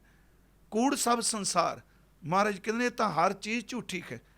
कूड़ मंडप, ਜਿਹੜੇ ਉੱਚੇ ਉੱਚੇ ਮੰਡਪ ਬਣਾਏ ਜਾਂਦੇ ਨੇ, ਉੱਚੇ ਉੱਚੇ ਮਹਿਲ ਮਾੜੀਆਂ, ਤੇ ਮਹਾਰਾਜ ਕਹਿੰਦੇ ਨੇ ਕੂੜ ਮੰਡਪ, ਕੂੜ ਮਾੜੀ, ਕੂੜ ਬੈਸਣਹਾਰ, ਇਹਦੇ ਵਿੱਚ ਬਹਿਣ ਵਾਲੇ ਵੀ ਝੂਠੇ ਨੇ। ਬਾਬਾ ਫਰੀਦ ਸਾਹਿਬ ਦੇ ਇੱਕ ਅਸੀਂ ਬਚਨ ਲੈਂਦੇ ਹਾਂ, ਉਹਨਾਂ ਦਾ ਆਸਾ ਰਾਗ 'ਚ ਇਹ ਸ਼ਬਦ ਹੈ ਕਿ ਬੋਲੇ ਸ਼ੇਖ ਫਰੀਦ ਪਿਆਰੇ, ਅੱਲਾ ਲੱਗੇ ਇਹ ਤਨ ਖੋਸੀ ਖਾਕ ਨਿਮਾਣੀ ਗੋਰ ਘਰੇ। मैं बेनती कर रहा किवें मंडप माड़ियां, सारी कहानी शाईमाई हो जाती। उन्होंने चार गल्लां कीतियां ने। वो कहते कत्तक कूंजा, चेत डाओ, सावन बिजलियां, सियाले सोहंदियां, पिरगल बाहड़ियां। ये अर्थ कर ले भी कूड़ सब संसार, कूड़ मंडप, कूड़ माड़ी, कूड़ बैसन खार। वो कहते कत्तक कूंजा, चेत डाओ, सावन बिजलियां, सियाले सोहंदियां, पिरगल बाहड़ियां, ਚੱਲੇ ਚੱਲਣਹਾਰ ਵਿਚਾਰਾ ਲੈ ਮਨੋ, ਗੰਢਿੰਦਿਆਂ 6 ਮਾਹ ਤੁੜੰਦਿਆਂ ਹਿਕ ਖਿਨੋ। ਜਿਮੀ ਪੁੱਛੈ ਅਸਮਾਨ, ਫਰੀਦਾ ਖੇਵਟ ਕਿਨ ਗਏ, ਕਹਿੰਦੇ ਜਾਲਨ ਗੋਰਾ ਨਾਲ ਉਲਾਮੇ ਜੀ ਸਹਿ। ਭਾਵੇਂ ਚਲੋ ਬਾਬਾ ਸਾਹਿਬ ਨੇ ਇਸ ਵਿੱਚ ਇਸਲਾਮੀ ਮਤ ਦੀ ਅਕੀਦੇ ਦਾ, ਇਸਲਾਮੀ ਮਤ ਦੇ ਭਰੋਸੇ ਦਾ, ਫੇਦ ਦਾ ਜ਼ਿਕਰ ਕੀਤਾ। ਉਹ ਦੇਖੋ 4 ਪ੍ਰਮਾਣ ਦਿੱਤੇ। ਕੱਤਕ ਕੂੰਜਾਂ, ਸਭ ਨੂੰ ਪਤਾ ਹੈ ਕਿ ਸਿਆਲ ਦੇ ਦਿਨਾਂ 'ਚ ਕੂੰਜਾਂ ਪ੍ਰਵਾਸ ਕਰਦੀਆਂ ਨੇ, ਆਪਣੇ ਟਿਕਾਣੇ ਨੂੰ ਛੱਡ ਕੇ ਦੂਸਰੇ ਟਿਕਾਣੇ 'ਤੇ ਚਲੀਆਂ ਜਾਂਦੀਆਂ ਨੇ। ਪਰ ਮਹਾਰਾਜ ਕਹਿੰਦੇ ਨੇ, ਬਾਬਾ ਜੀ ਕਹਿੰਦੇ ਨੇ, ਮੈਨੂੰ ਲੱਗਦਾ ਕਿਸੇ ਦਰਿਆ ਦੇ ਕੰਢੇ ਕੂੰਜਾਂ ਹੋਣਗੀਆਂ। ਬਾਬਾ ਸਾਹਿਬ ਪੰਜਾਬ ਦੇ ਵਸਨੀਕ ਨੇ, ਉਹਨਾਂ ਕੂੰਜਾਂ ਨੂੰ ਦੇਖ ਕੇ ਉਹਨਾਂ ਕਿਹਾ ਹੋਣਾ, ਉਹ ਭਲੇ ਲੋਕੋ, ਆਹ ਜਿਹੜੀਆਂ ਕੂੰਜਾਂ ਦਰਿਆਵਾਂ ਦੇ ਕੰਢੇ 'ਤੇ ਚੁਗਦੀਆਂ ਨੇ, ਇਹਨਾਂ ਨੇ ਸਦਾ ਨਹੀਂ ਰਹਿਣਾ। ਇਹ ਕੂੰਜਾਂ ਦੀ ਡਾਰ ਆਈ ਏ, ਤੁਸੀਂ ਦੇਖਿਓ ਕੁਝ ਮਹੀਨਿਆਂ ਤੋਂ ਬਾਅਦ ਇੱਥੋਂ ਵਾਪਸ ਚਲੇ ਜਾਣਗੇ। ਇਹਦਾ ਮਤਲਬ ਇਹ ਵੇ ਕਿ ਅਸੀਂ ਜਿੰਨੇ ਵੀ ਦ੍ਰਿਸ਼ਟਮਾਨ 'ਚ ਹਾਂ, ਮਾਂ ਬਾਪ, ਭੈਣ ਭਰਾ, ਪੁੱਤਰ ਧੀਆਂ, ਸੱਚ ਇਹ ਜੇ ਅਸੀਂ ਵੀ ਪ੍ਰਵਾਸ ਕੀਤਾ ਹੋਇਆ ਹੈ, ਕੂੰਜਾਂ ਦੀ ਤਰ੍ਹਾਂ ਆਏ ਹਾਂ, ਰਹਿਣਾ ਸਦਾ ਕੋਈ ਨਹੀਂ, ਆਪਾਂ ਵੀ ਡਾਰ ਨੇ ਵਾਪਸ ਚਲੇ ਜਾਣਾ ਹੈ। ਜਿਵੇਂ ਕੱਤਕ ਦੀਆਂ ਕੂੰਜਾਂ, ਬਿਨਸਨ ਹਾਰੇ ਉਹਨਾਂ ਦਾ ਦ੍ਰਿਸ਼, ਉਹਨੇ ਚਲੇ ਜਾਣਾ। ਚੇਤ ਡਾਓ, ਆਮ ਸੱਜਣਾ ਨੇ ਇਹਦੇ ਡਾਓ ਦਾ ਅਰਥ ਇਹ ਕੀਤਾ ਕਿ ਚੇਤਰ ਦੇ ਮਹੀਨੇ 'ਚ ਜੰਗਲ ਨੂੰ ਅੱਗ ਲੱਗਦੀ ਹੈ, 4 ਚੁਫੇਰੇ ਅੱਗ ਦੇ ਭਾਂਬੜ ਮੱਚਦੇ ਨੇ ਜੰਗਲ 'ਚ। ਪਰ ਬੇਨਤੀ ਹੈ ਕਿ ਇੱਕ ਵਿਦਵਾਨ ਦੇ ਮੈਂ ਬੋਲ ਪੜ੍ਹੇ, ਉਹ ਕਹਿੰਦੇ ਨੇ ਅਸਲ 'ਚ ਚੇਤ ਵਿੱਚ ਆਉਂਦੀ ਹੈ ਬਸੰਤ। ਇੱਥੇ ਚੇਤ ਡਾਓ ਦਾ ਅਰਥ ਇਹ ਕੀਤਾ ਸਭ ਨੇ ਕਿ ਚੇਤ 'ਚ ਅਸਲ 'ਚ ਅੱਗ ਲੱਗਦੀ ਜੰਗਲਾਂ ਨੂੰ, ਤੇ ਜੰਗਲ ਦੀ ਅੱਗ ਸਦਾ ਨਹੀਂ ਰਹਿਣੀ। ਉਹਨੇ ਚੇਤ ਡਾਓ ਦਾ ਅਰਥ, ਇਹ ਭਾਵ ਅਰਥ ਲਿਆ ਹੈ, ਕਹਿੰਦਾ ਚੇਤ ਵਿੱਚ ਆਉਂਦੀ ਹੈ ਪੰਜਾਬ ਵਿੱਚ ਬਸੰਤ। ਗੁਰਬਾਣੀ ਨੇ ਚੇਤ ਤੇ ਵੈਸਾਖ ਦਾ ਮਹੀਨਾ ਬਸੰਤ ਦਾ ਮੰਨਿਆ ਹੈ। ਚੇਤ ਵਿੱਚ ਕੀ ਹੁੰਦਾ ਹੈ? ਇੱਥੋਂ ਤੱਕ ਕਿ ਹਰ ਫੁੱਲ ਜਿਹੜਾ ਹੈ ਉਹ ਪੂਰੇ ਜੋਬਨ ਤੇ ਖਿੜਦਾ।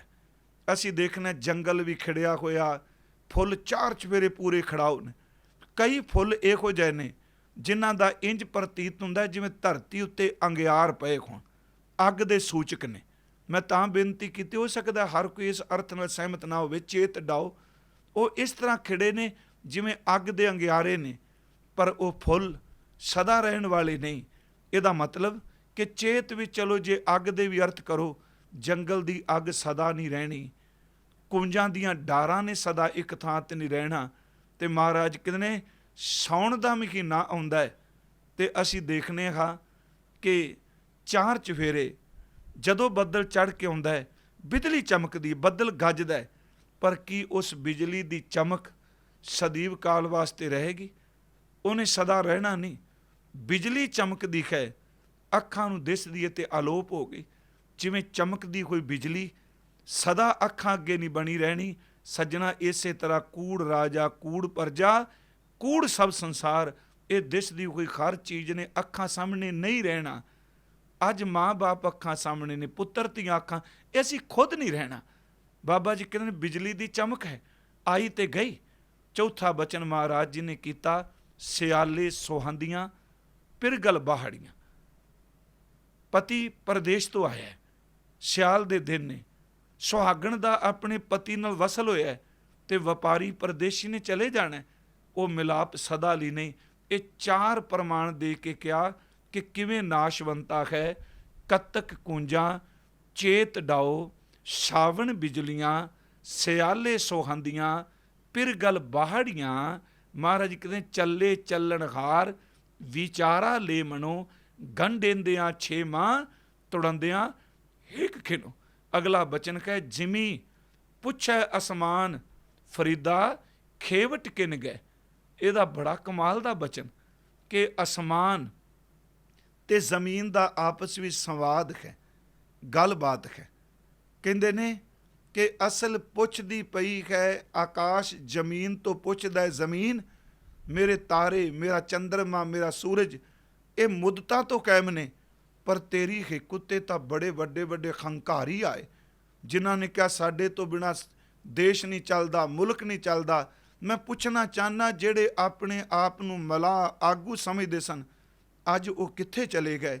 ਅੱਗੋਂ ਜ਼ਮੀਨ ਨੇ ਉੱਤਰ ਦਿੱਤਾ। ਤਾਂ ਮੈਂ ਕਿਹਾ ਇਸ ਵਿੱਚ ਇਸਲਾਮੀ ਮਤ ਦਾ ਫੇਤ ਹੈ। ਭਰੋਸਾ ਹੈ, ਕਿਉਂਕਿ ਉਹ ਕਹਿੰਦੇ ਨੇ ਕਬਰਾਂ 'ਚ ਰਹਿੰਦੇ ਨੇ ਜੀਵ ਰੂਹ। ਕਹਿੰਦੇ ਨੇ ਜ਼ਮੀਨ ਨੇ ਉੱਤਰ ਦਿੱਤਾ, ਅਸਮਾਨ ਜਿਹੜੇ ਇਸ ਧਰਤੀ ਤੇ ਦਾਅਵੇ ਕਰਦੇ ਸਨ, ਉਹਨਾਂ ਦੀ ਜਿੰਦ ਨੂੰ ਰੱਬ ਭੁੱਲਣ ਦੀ ਫਿਟਕਾਰ ਲਾਹਨਤ ਪੈ ਰਹੀ ਏ, ਤੇ ਸਰੀਰ ਉਹਨਾਂ ਦੇ ਕਬਰਾਂ ਦੇ ਵੀ ਸੜਦੇ ਪਏ ਨੇ। ਬਾਬਾ ਸਾਹਿਬ ਦੇ ਬੋਲ ਨੇ ਕਿ ਚੱਲੇ ਚੱਲਣਹਾਰ ਵਿਚਾਰਾ ਲੈ ਮਨੋ, ਗੰਢਿੰਦਿਆਂ 6 ਮਾਹ ਤੁੜੰਦਿਆਂ ਹਿੱਕ ਖਿਣੋ, ਜ਼ਿਮੀ ਪੁੱਛੇ ਅਸਮਾਨ ਫਰੀਦਾ ਖੇਵਟ ਕਿਨ ਗਏ, ਕਹਿਣ ਲੱਗੇ ਜਾਲਣ ਗੋਰਾ ਨਾਲ ਉਲਾਮੇ ਜੀ ਸਹੇ, ਕਬਰ ਵੀ ਸੜਦੇ ਪਏ ਨੇ। ਮੈਂ ਤੇ ਫਿਰ ਬੇਨਤੀ ਕਰਾਂਗਾ, ਜਿਸ ਮਹੱਲ 'ਚ ਅੱਜ ਰਾਜਾ ਹੈ, ਕੱਲ ਉੱਥੇ ਪਹਿਲਾਂ ਕੋਈ ਬੈਠ ਕੇ ਗਿਆ ਹੈ। ਚਲੋ ਅੱਜ ਡੈਮੋਕ੍ਰੇਸੀ ਹੈ, ਕੁਝ ਥਾਵਾਂ ਤੇ ਅਜੇ ਵੀ ਪੁਸ਼ਤੈਨੀ ਰਾਜ ਹੈ ਕਿ ਬਾਪ ਦੀ ਜੇ ਬਾਦਸ਼ਾਹ ਸਮਰਾਟ ਹੈ, ਸੁਲਤਾਨ ਹੈ, ਤੇ ਉਦੋਂ ਬਾਅਦ ਪੁੱਤਰ ਹੈ, ਉਦੋਂ ਬਾਅਦ ਪੋਤਾ ਹੈ। ਡੈਮੋਕ੍ਰੇਸੀ ਵਿੱਚ ਚਲੋ ਵੋਟ ਸਿਸਟਮ ਹੈ। ਅਸੀਂ ਦੇਖਦੇ ਹਾਂ ਪ੍ਰਧਾਨ ਮੰਤਰੀ, ਮੁਲਕਾਂ ਦੇ ਮੰਤਰੀ, ਵਜ਼ੀਰ, ਪ੍ਰੈਜ਼ੀਡੈਂਟ, ਪ੍ਰਾਈਮ ਮਿਨਿਸਟਰ ਸਾਰੇ ਬਦਲਦੇ ਰਹਿੰਦੇ, ਪਰ ਯਾਦ ਰੱਖਿਓ ਕੋਠੀ ਉਹੀ ਰਹਿੰਦੀ ਹੈ। ਰਾਸ਼ਟਰਪਤੀ ਭਵਨ ਇੱਕੋ ਹੀ ਹੈ, ਪਰ ਜੇ ਪ੍ਰੈਜ਼ੀਡੈਂਟ ਦੇ ਉਸ ਇਮਾਰਤ ਨੂੰ ਦੇਖੀਏ, ਉਹ ਇਮਾਰਤ ਖੜੀ ਹੋਈ ਕਹੇਗੀ ਕਿ ਜਿਨ੍ਹਾਂ ਦੇ ਅੱਗੇ 3 ਫੌਜਾਂ ਝੁੱਕ ਕੇ ਸਲਾਮਾਂ ਕਰਦੀਆਂ ਸਨ, ਅੱਜ ਉਹਨਾਂ ਦਾ ਨਾਮੋ ਨਿਸ਼ਾਨ ਮਿਟ ਗਿਆ। ਆਏ ਸਨ, ਆਏ ਪਰ ਚਲੇ ਗਏ। ਮੈਂ ਬੇਨਤੀ ਕਰਾਂਗਾ, ਕੋਈ ਵੀ ਮੁਲਕ ਹੋਵੇ, ਇੱਕ ਮੁਲਕ ਦੀ ਗੱਲ ਨਹੀਂ ਕਰ ਰਿਹਾ, ਵੱਡੇ ਤੋਂ ਵੱਡਾ ਬਾਦਸ਼ਾਹ ਜਿਹੜਾ ਬੈਠਾ ਹੈ, ਉਹ ਕੂੜ ਬੈਸਣਹਾਰ ਹੈ, ਬਹਿਣ ਵਾਲਾ ਵੀ ਝੂਠਾ, ਉਹਨੇ ਛੱਡ ਜਾਣਾ। ਇਹ ਤਾਂ ਜਿਉਂਦੇ ਛੱਡਣੀਆਂ ਪੈਂਦੀਆਂ ਨੇ ਕੋਠੀਆਂ। ਮੈਂ ਇੱਕ ਉਦਾਹਰਨ ਹੋਰ ਦੇਣਾ। ਇੱਕ ਦਰਵੇਸ਼ ਹੋਇਆ ਹਜ਼ਰਤ ਇਬਰਾਹਿਮ ਅਦਮ ਬਲਖੀ, ਇਹ ਬਲਖ ਦਾ ਰਹਿਣ ਵਾਲਾ ਸੀ। ਇਹਦੇ ਬਾਰੇ ਕਿਹਾ ਜਾਂਦਾ ਹੈ ਇਹ ਬੰਦਾ ਬੜਾ ਚੰਗਾ ਸੀ। ਇੱਕ ਰਾਤ ਕੀ ਹੋਇਆ ਕਿ ਇਹ ਆਪਣੇ ਘਰ ਦੇ ਵਿੱਚ ਮਹਲ 'ਚ ਆਰਾਮ ਕਰ ਰਿਹਾ ਹੈ, ਤੇ ਇਹਦੇ ਮਹਿਲ ਦੀ ਛੱਤ ਉੱਤੇ ਕਿਸੇ ਦੇ ਦੌੜਨ ਦੀ ਆਵਾਜ਼ ਆਈ। ਇਹ ਹਨੇਰੇ 'ਚ ਬਾਹਰ ਨਿਕਲਿਆ। ਚਲੋ ਸੰਤਰੀ ਵਗੈਰਾ ਸਨ, ਪਰ ਬੜਾ ਬੇਬਾਕ ਜਿਹਾ ਨਿਡਰ ਬੰਦਾ ਸੀ। ਇਹਨੇ ਹਨੇਰੇ 'ਚ ਆਵਾਜ਼ ਦੇਖ ਕੇ ਕਿਹਾ, ਕੌਣ? ਮੇਰੇ ਕੋਠੇ ਦੀ ਛੱਤ ਉੱਤੇ ਕੌਣ ਦੌੜ ਰਿਹਾ? ਤੇ ਹਨੇਰੇ 'ਚੋਂ ਆਵਾਜ਼ ਆਈ ਕਿ ਇਬਰਾਹਿਮ ਤੂੰ ਆਰਾਮ ਕਰ। ਉਹਨੇ ਕਿਹਾ ਮੈਂ ਆਰਾਮ ਤਾਂ ਕਰਾਂ, ਮੇਰੀ ਛੱਤ ਉੱਤੇ ਕਿਉਂ ਦੌੜ ਰਿਹਾ? ਉਹ ਕਹਿੰਦਾ ਮੇਰਾ ਊਠ ਗਵਾਚ ਗਿਆ, ਗਵਾਚੇ ਹੋਏ ਊਠ ਨੂੰ ਲੱਭਣ ਵਾਸਤੇ ਆਇਆ ਹਾਂ। ਬਾਦਸ਼ਾਹ ਨੇ ਕਿਹਾ ਮੂਰਖ, ਜ਼ਾਹਿਲ, ਕਦੀ ਊਠ ਮਕਾਨ ਦੀ ਛੱਤ ਉੱਤੇ ਗਵਾਚਦੇ ਨੇ? ਕਿਸੇ ਜੰਗਲ ਵਿੱਚ, ਕਿਸੇ ਖੇਤ ਵਿੱਚ, ਧਰਤੀ ਤੇ ਵੇਖ, ਤੂੰ ਮਕਾਨ ਦੀ ਛੱਤ ਤੇ ਚੜਿਆ ਬੈਠਾ, ਊਠ ਛੱਤਾਂ ਉੱਤੇ ਨਹੀਂ ਗਵਾਚਦੇ। ਉਸ ਵਕਤ ਕਹਿੰਦੇ ਨੇ ਉਸ ਆਵਾਜ਼ ਨੇ ਕਿਹਾ, ਇਬਰਾਹਿਮ ਮੈਨੂੰ ਜ਼ਾਹਿਲ ਮੂਰਖ ਕਿਹਾ, ਜੇ ਮਕਾਨ ਦੀ ਛੱਤ ਉੱਤੇ ਊਠ ਨਹੀਂ ਚੜ੍ਹ ਸਕਦਾ ਤੇ ਚੇਤੇ ਰੱਖੀ ਤੂੰ ਵੀ ਜ਼ਾਹਿਲ ਹੈ। ਤੂੰ ਵੀ ਪਦਾਰਥਾਂ ਦੇ ਭੋਗ ਭੋਗ ਕੇ ਚਾਹੁੰਦਾ ਰੱਬ ਮਿਲ ਜਾਏ। ਜਿੰਨੀ ਦੇਰ ਤੱਕ ਆਪਣੇ ਮਨ ਨੂੰ ਉਧਰ ਲਾਉਂਦਾ ਨਹੀਂ, ਉਨੀ ਦੇਰ ਤੱਕ ਰੱਬ ਦੀ ਪ੍ਰਾਪਤੀ ਨਹੀਂ। ਜੇ ਊਠ ਛੱਤ ਤੇ ਨਹੀਂ ਚੜ੍ਹਦਾ, ਤੈਨੂੰ ਕਿਵੇਂ ਰੱਬ ਮਿਲ ਜਾਓ? ਦੂਸਰੀ ਉਹਦੀ ਜ਼ਿੰਦਗੀ 'ਚ ਘਟਨਾ ਵਾਪਰੀ, ਮੈਂ ਸਿਰਫ ਇਹਦੇ ਲਈ ਕਿ ਕੂੜ ਸਭ ਸੰਸਾਰ ਜਾਂ ਕੂੜ ਬੈਸਨਖਾਰ। ਉਹਦੇ ਮਹੱਲ ਅੱਗੇ ਇੱਕ ਸ਼ਾਮ ਇੱਕ ਫਕੀਰ ਆਇਆ। ਅਸਲ 'ਚ ਉਹੀ ਫਕੀਰ ਸੀ ਜਿਹੜਾ ਹਨੇਰੇ 'ਚ ਉਹਦੇ ਮਕਾਨ ਦੀ ਛੱਤ ਤੇ ਚੜ੍ਹਿਆ। ਉਹਨੂੰ ਪਤਾ ਨਹੀਂ, ਉਹ ਬਹਿਸ ਰਿਹਾ ਸੀ ਦਰਬਾਨ ਨਾਲ। ਉਸ ਕਿਲੇ ਦੇ ਦਰਵਾਜ਼ੇ ਅੱਗੇ ਜਿਹੜਾ ਪਹਿਰੇ ਦੇਣ ਵਾਲਾ ਹੈ, ਉਹਦੇ ਨਾਲ ਬਹਿਸ ਰਿਹਾ ਕਿ ਮੈਂ ਰਾਤ ਇੱਥੇ ਰਹਿਣਾ ਹੈ। ਤੇ ਜਿਹੜਾ ਕਿਲੇ ਦਾ ਦਰਬਾਨ ਹੈ, ਉਹ ਕਹਿੰਦਾ ਪਿਆ ਵੀ ਤੂੰ ਰਾਤ ਨਹੀਂ ਰਹਿ ਸਕਦਾ, ਇਹ ਸਰਾਹ ਨਹੀਂ, ਇਹ ਤਾਂ ਰਾਜੇ ਦਾ ਮਹਿਲ ਹੈ, ਇਬਰਾਹਿਮ ਅਦਬ ਦਾ ਮਹਿਲ ਹੈ। ਉਹ ਕਹਿੰਦਾ ਨਹੀਂ ਨਹੀਂ, ਇਹ ਤਾਂ ਸਰਾਹ ਹੈ ਜੀ। ਉਹਨੇ ਬੜਾ ਸਿਰ ਖਪਾਇਆ ਵੀ ਨਹੀਂ, ਸਰਾਹ ਨਹੀਂ, ਇਹ ਮਹਿਲ ਹੈ, ਇਹ ਰਾਜੇ ਦਾ ਟਿਕਾਣਾ ਹੈ। ਉਹ ਫਕੀਰ ਕਹਿੰਦਾ ਸਰਾਂ ਵਿੱਚ ਤੇ ਮਹਿਲ 'ਚ ਕੀ ਫਰਕ ਹੈ? ਤੇ ਦਰਬਾਨ ਹੱਸ ਕੇ ਕਹਿੰਦਾ ਮੈਂ ਇੰਨਾ ਪੜ੍ਹਿਆ ਨਹੀਂ। ਇੰਨੀ ਦੇਰ ਨੂੰ ਕੀ ਹੋਇਆ ਕਿ ਇਬਰਾਹਿਮ ਖੁਦ ਆ ਗਿਆ ਰੌਲਾ ਸੁਣ ਕੇ। ਉਹਨੇ ਪੁੱਛਿਆ ਮਾਜ਼ਰਾ ਕੀ, ਇਹ ਕੀ ਸਭ ਕੁਝ ਹੋ ਰਿਹਾ? ਉਸ ਦਰਬਾਨ ਨੇ ਅਦਬ ਸਹਿਤ ਕਿਹਾ ਬਾਦਸ਼ਾਹ ਨੂੰ, ਇਬਰਾਹਿਮ ਨੂੰ, ਕਿ ਅਸਲ 'ਚ ਇਹ ਫਕੀਰ ਕਹਿ ਰਿਹਾ ਮੈਂ ਸਰਾਂ ਵਿੱਚ ਰਾਤ ਰਹਿਣਾ, ਤੇ ਮੈਂ ਕਿਹਾ ਇਹ ਸਰਾਂ ਨਹੀਂ, ਇਹ ਮਹਿਲ ਹੈ। ਇਹ ਕਹਿ ਰਿਹਾ ਨਹੀਂ ਸਰਾਂ ਹੈ। ਬਾਦਸ਼ਾਹ ਨੇ ਹੱਸ ਕੇ ਕਿਹਾ ਫਕੀਰ ਅਸੀਂ ਅਦਬ ਕਰਨੇ ਆ ਤੇਰਾ, ਪਰ ਇਹ ਮਹਿਲ ਹੈ ਮੇਰਾ, ਮੈਂ ਬਾਦਸ਼ਾਹ ਹਾਂ, ਇਹ ਸਰਾਂ ਨਹੀਂ। ਫਕੀਰ ਨੇ ਕਿਹਾ ਬਾਦਸ਼ਾਹ ਮੈਂ ਤੇਰੇ ਤੋਂ ਇੱਕ ਗੱਲ ਪੁੱਛ ਲਈ ਜਾਨਾ, ਸਰਾਂ ਵਿੱਚ ਤੇ ਮਹਿਲ ਵਿੱਚ ਕੀ ਅੰਤਰ ਹੁੰਦਾ? ਇਹ ਵੀ ਪੱਥਰ ਦੀ, ਇੱਟਾਂ ਦੀ, ਕੰਕਰੀਟ ਦੀ ਬਣੀ ਤੇ ਸਰਾਂ ਵੀ ਇਸ ਤਰ੍ਹਾਂ ਬਣਦੀ ਹੈ। ਦੋਨਾਂ 'ਚ ਫਰਕ ਕੀ ਹੈ? ਉਹਨੇ ਕਿਹਾ ਵਰਤੋਂ ਵਿੱਚ ਫਰਕ ਹੈ। ਮਹਿਲ ਦਾ ਅਰਥ ਇਹ ਮੇਰਾ ਪੱਕਾ ਟਿਕਾਣਾ ਹੈ, ਤੇ ਸਰਾਂ ਦਾ ਅਰਥ ਹੈ ਜਿੱਥੇ ਆਏ ਹੋਏ ਲੋਕ ਰਾਤ ਰਹਿੰਦੇ ਆ, 1-2 ਰਾਤਾਂ ਰਹੇ ਤੇ ਚਲੇ ਗਏ, ਸਦਾ ਨਹੀਂ ਰਹਿੰਦੇ। ਫਕੀਰ ਹੱਸ ਪਿਆ, ਕਹਿੰਦਾ ਮੈਂ ਇਹਨੂੰ ਵੀ ਸਰਾਂ ਸਮਝਣਾ। ਉਸ ਵਕਤ ਕਹਿੰਦੇ ਨੇ ਇਬਰਾਹਿਮ ਨੇ ਪੁੱਛਿਆ ਜੀ ਕਿਉਂ? ਕਹਿੰਦਾ ਅੱਜ ਤੋਂ ਮੈਂ 50 ਸਾਲ ਪਹਿਲਾਂ ਆਇਆ ਸਾਂ, ਇਸ ਮਹਿਲ ਦੇ ਦਰਵਾਜ਼ੇ ਅੱਗੇ ਮੈਨੂੰ ਇੱਕ ਬਜ਼ੁਰਗ ਮਿਲਿਆ ਸੀ, ਕਾਫੀ ਬਿਰਧ ਸੀ, ਉਹਦੇ ਸਿਰ ਉੱਪਰ ਵੀ ਤਾਜ ਸੀ। ਇਬਰਾਹਿਮ ਕਹਿੰਦਾ ਤੂੰ ਸੱਚ ਕਹਿ ਰਿਹਾ, ਉਹ ਮੇਰਾ ਦਾਦਾ ਸੀ, ਮੇਰਾ ਪਿਤਾਮਾ ਸੀ। ਕਹਿੰਦਾ 50 ਸਾਲ ਪਹਿਲਾਂ ਦੀ ਗੱਲ, ਉਹ ਜਿੰਦੇ ਸਨ, ਬਿਰਧ ਸਨ, ਉਦੋਂ ਹੀ ਚਲਾਣਾ ਕਰ ਗਏ। ਥੋੜੇ ਸਮੇਂ ਬਾਅਦ ਉਹਨੇ ਕਿਹਾ ਮੈਂ 30 ਸਾਲ ਉਦੋਂ ਬਾਅਦ ਆਇਆ, ਪਹਿਲਾਂ 50 ਸਾਲ ਮੈਨੂੰ ਕੁਝ ਹੋਰ ਮਿਲਿਆ, 30 ਸਾਲ ਬਾਅਦ ਜਦੋਂ ਆਇਆ ਇਹ ਤੇ ਇੱਕ ਹੋਰ ਸੀ, ਉਹਦੇ ਤੇ ਵੀ ਬੁਢੇਪਾ ਆਇਆ ਹੋਇਆ ਸੀ। ਇਬਰਾਹਿਮ ਕਹਿੰਦਾ ਤੂੰ ਸੱਚ ਕਹਿ ਰਿਹਾ, ਉਹ ਮੇਰਾ ਬਾਪ ਸੀ, ਮੇਰਾ ਅੱਬਾ ਸੀ। ਫਕੀਰ ਹੱਸ ਕੇ ਕਹਿੰਦਾ ਅੱਜ ਮੈਂ ਫਿਰ ਆਇਆ ਤੇ ਅੱਜ ਤੂੰ ਖਲੋਤਾ ਹੈ। ਉਹ ਕਹਿੰਦਾ ਹੁਣ ਮੈਂ ਹੀ ਖਲੋਵਾਂਗਾ, ਮੈਂ ਆਪਣੇ ਬਾਪ ਦਾ ਪੁੱਤਰ, ਰਾਜ ਭਾਗ ਮੈਂ ਸਾਂਭਿਆ। ਕਹਿੰਦਾ ਤੇਰੇ ਕਥਨ ਮੁਤਾਬਕ ਸਰਾਂ ਉਹ ਹੁੰਦੀ ਏ ਜਿੱਥੇ ਲੋਕ ਬਦਲਦੇ ਨੇ, ਮਹਿਲ ਉਹ ਹੁੰਦਾ ਜਿਹੜਾ ਪੱਕਾ ਟਿਕਾਣਾ ਹੈ। ਜਦੋਂ ਤੇਰੇ ਦਾਦੇ ਕੋਲ ਆਇਆ ਉਦੋਂ ਉਹ ਵੀ ਕਹਿ ਰਿਹਾ ਸੀ ਮੇਰਾ ਮਹਿਲ, ਤੇਰੇ ਬਾਪ ਕੋਲ ਆਇਆ ਉਹ ਵੀ ਕਹਿ ਰਿਹਾ ਸੀ ਮਹਿਲ, ਅੱਜ ਤੇਰੇ ਕੋਲ ਆਇਆ ਤੂੰ ਵੀ ਕਹਿ ਰਿਹਾ ਮਹਿਲ। ਮੈਨੂੰ ਇਹ ਦੱਸ, ਇਹ ਸਰਾਂ ਨਹੀਂ ਤੇ ਹੋਰ ਕੀ ਹੈ? ਦੂਜੀ ਸਰਾਂ ਵਿੱਚ ਲੋਕ 2 ਦਿਨ 3 ਦਿਨ ਰਹਿ ਕੇ ਛੱਡ ਜਾਂਦੇ ਨੇ, ਤੇ ਤੇਰਾ ਬਾਪ ਦਾਦਾ ਕੋਈ 70 ਸਾਲ 80 ਸਾਲ ਕੋਈ ਸਮਾਂ ਤੂੰ ਭੋਗ ਕੇ ਛੱਡ ਜਾਣਾ। ਇਹ ਵੀ ਤੇ ਸਰਾਂ ਹੈ, ਇੱਥੇ ਸਾਲਾਂ ਬੱਧੀ ਰਹਿੰਦੇ ਨੇ, ਉੱਥੇ ਦਿਨਾਂ ਬੱਧੀ ਰਹਿੰਦੇ ਨੇ। ਮੈਂ ਇੱਕ ਬੇਨਤੀ ਕਰਾਂਗਾ, ਸੱਚਮੁੱਚ ਇਹਦੀ ਜੇ ਇਹ ਸ਼ਾਹ ਮੁਹੰਮਦ ਨੇ ਜੰਗਨਾਮਾ ਲਿਖਿਆ ਸਿੱਖਾਂ ਦਾ, ਉਹਨੇ ਪਹਿਲੇ ਬੈਂਤ ਵਿੱਚ ਇਹ ਕਿਹਾ ਇਹ ਜੱਗ ਹੈ ਸਰਾਏ ਮੁਸਾਫਰਾਂ ਦੀ, ਇੱਥੇ ਜ਼ੋਰ ਵਾਲੇ ਕਈ ਆਏ ਗਏ, ਸ਼ਹਿਦਾਦ ਨਮਰੂਦ ਫਰਾਉਨ ਜੈ ਦਾਵੇ ਬਨ ਖੁਦਾਏ ਕਹਾਏ ਗਏ, ਅਕਬਰ ਸ਼ਾਹ ਜੈ ਵਿੱਚ ਦਿੱਲੀ ਵੇਰੀ ਫੇਰੀ ਵਾਂਗ ਵਣਜਾਰਿਆਂ ਪਾਏ ਗਏ, ਸ਼ਾਹ ਮੁਹੰਮਦਾ ਰਹੇਗਾ ਰੱਬ ਸੱਚਾ ਵਾਜੇ ਕੂੜ ਦੇ ਕਈ ਵਜਾਏਗਾ। ਮੈਂ ਸਿਰਫ ਇੱਕ ਬੇਨਤੀ ਕੀਤੀ ਭਾਈ, ਇਹ ਕੂੜ ਰਾਜਾ ਕੂੜ ਪਰਜਾ ਸਾਰਾ ਇੱਕੋ ਸ਼ਲੋਕ, ਪਹਿਲੀਆਂ 2 ਤੁਕਾਂ ਇੱਕੋ ਹੀ ਪ੍ਰਕਰਨ ਹੈ। ਰਾਜਾ ਅਸਤ ਹੈ, ਝੂਠ ਹੈ, ਪਰਜਾ ਅਸਾਤੇ ਨੇ ਚਲੀ ਜਾਣਾ, ਕੂੜ ਸਭ ਸੰਸਾਰ, ਜੋ ਦ੍ਰਿਸ਼ਟਮਾਨ ਦਿਸ ਰਿਹਾ ਉਹ ਬਿਣਸੇਗਾ, ਦ੍ਰਿਸ਼ਟਮਾਨ ਹੈ ਸਗਲ ਮਥੇ ਨਾ, ਹਰ ਚੀਜ਼ ਜਾਏਗੀ। ਸਤਿਗੁਰੂ ਕਹਿੰਦੇ ਨੇ ਕੂੜ ਮੰਡਪ ਮਹਿਲ ਮਾੜੀਆਂ ਝੂਠੇ ਨੇ, ਕੂੜ ਬੈਸਨਹਾਰ ਇਹਦੇ ਵਿੱਚ ਰਹਿਣ ਵਾਲੇ ਵੀ ਝੂਠੇ ਨੇ। ਫਿਰ ਬੇਨਤੀ ਹੈ, ਜਿਵੇਂ ਅਸੀਂ ਗੁਰਦੇਵ ਦੀ ਬਾਣੀ 'ਚ ਪੜ੍ਹਨੇ ਖਾਂ ਕਿ ਕਬੀਰ ਕੋਠੇ ਮੰਦਪ ਹੇਠ ਕਰ ਕਾਹੇ ਮਰੋ ਸਵਾਰ, ਕਾਰਜ 3.5 ਹੱਥ ਘਣੀ ਤਾਂ ਪੌਣੇ 4, ਇੰਨੇ ਵੱਡੇ ਕਈ ਮਹੱਲ ਬਣਾ ਲਏ। ਪਰ ਕਬੀਰ ਸਾਹਿਬ ਕਹਿੰਦੇ ਨੇ ਜਦੋਂ ਤੂੰ ਜ਼ਮੀਨ ਤੇ ਲੰਮਿਆ ਪੈਣਾ ਹੈ, ਵੱਧ ਤੋਂ ਵੱਧ 3.5 ਹੱਥ ਥਾਂ ਬੰਦੇ ਦਾ ਘੇਰਿਆ ਜਾਂਦਾ। ਜਿੰਨਾ ਵੀ ਕਿਸੇ ਦਾ ਕੱਦ ਹੁੰਦਾ, ਬੱਚਾ ਹੋਵੇ ਬਜ਼ੁਰਗ ਹੋਵੇ, ਉਹਦੀ ਲੰਬਾਈ ਉਹਦੇ ਹੱਥ ਮੁਤਾਬਕ 3.5 ਹੱਥ ਹੀ ਹੁੰਦੀ, 3.5 ਹੱਥ ਤੋਂ ਵੱਧ ਨਹੀਂ। ਭਾਵੇਂ ਨਿਆਣੇ ਦੇ ਹੱਥ ਮੰਨ ਲਓ, ਉਹਦਾ ਲੰਬਾਈ ਜਿਹੜੀ ਉਹਦੇ ਹੱਥ ਮੁਤਾਬਕ 3.5 ਹੱਥ ਹੋਵੇਗੀ।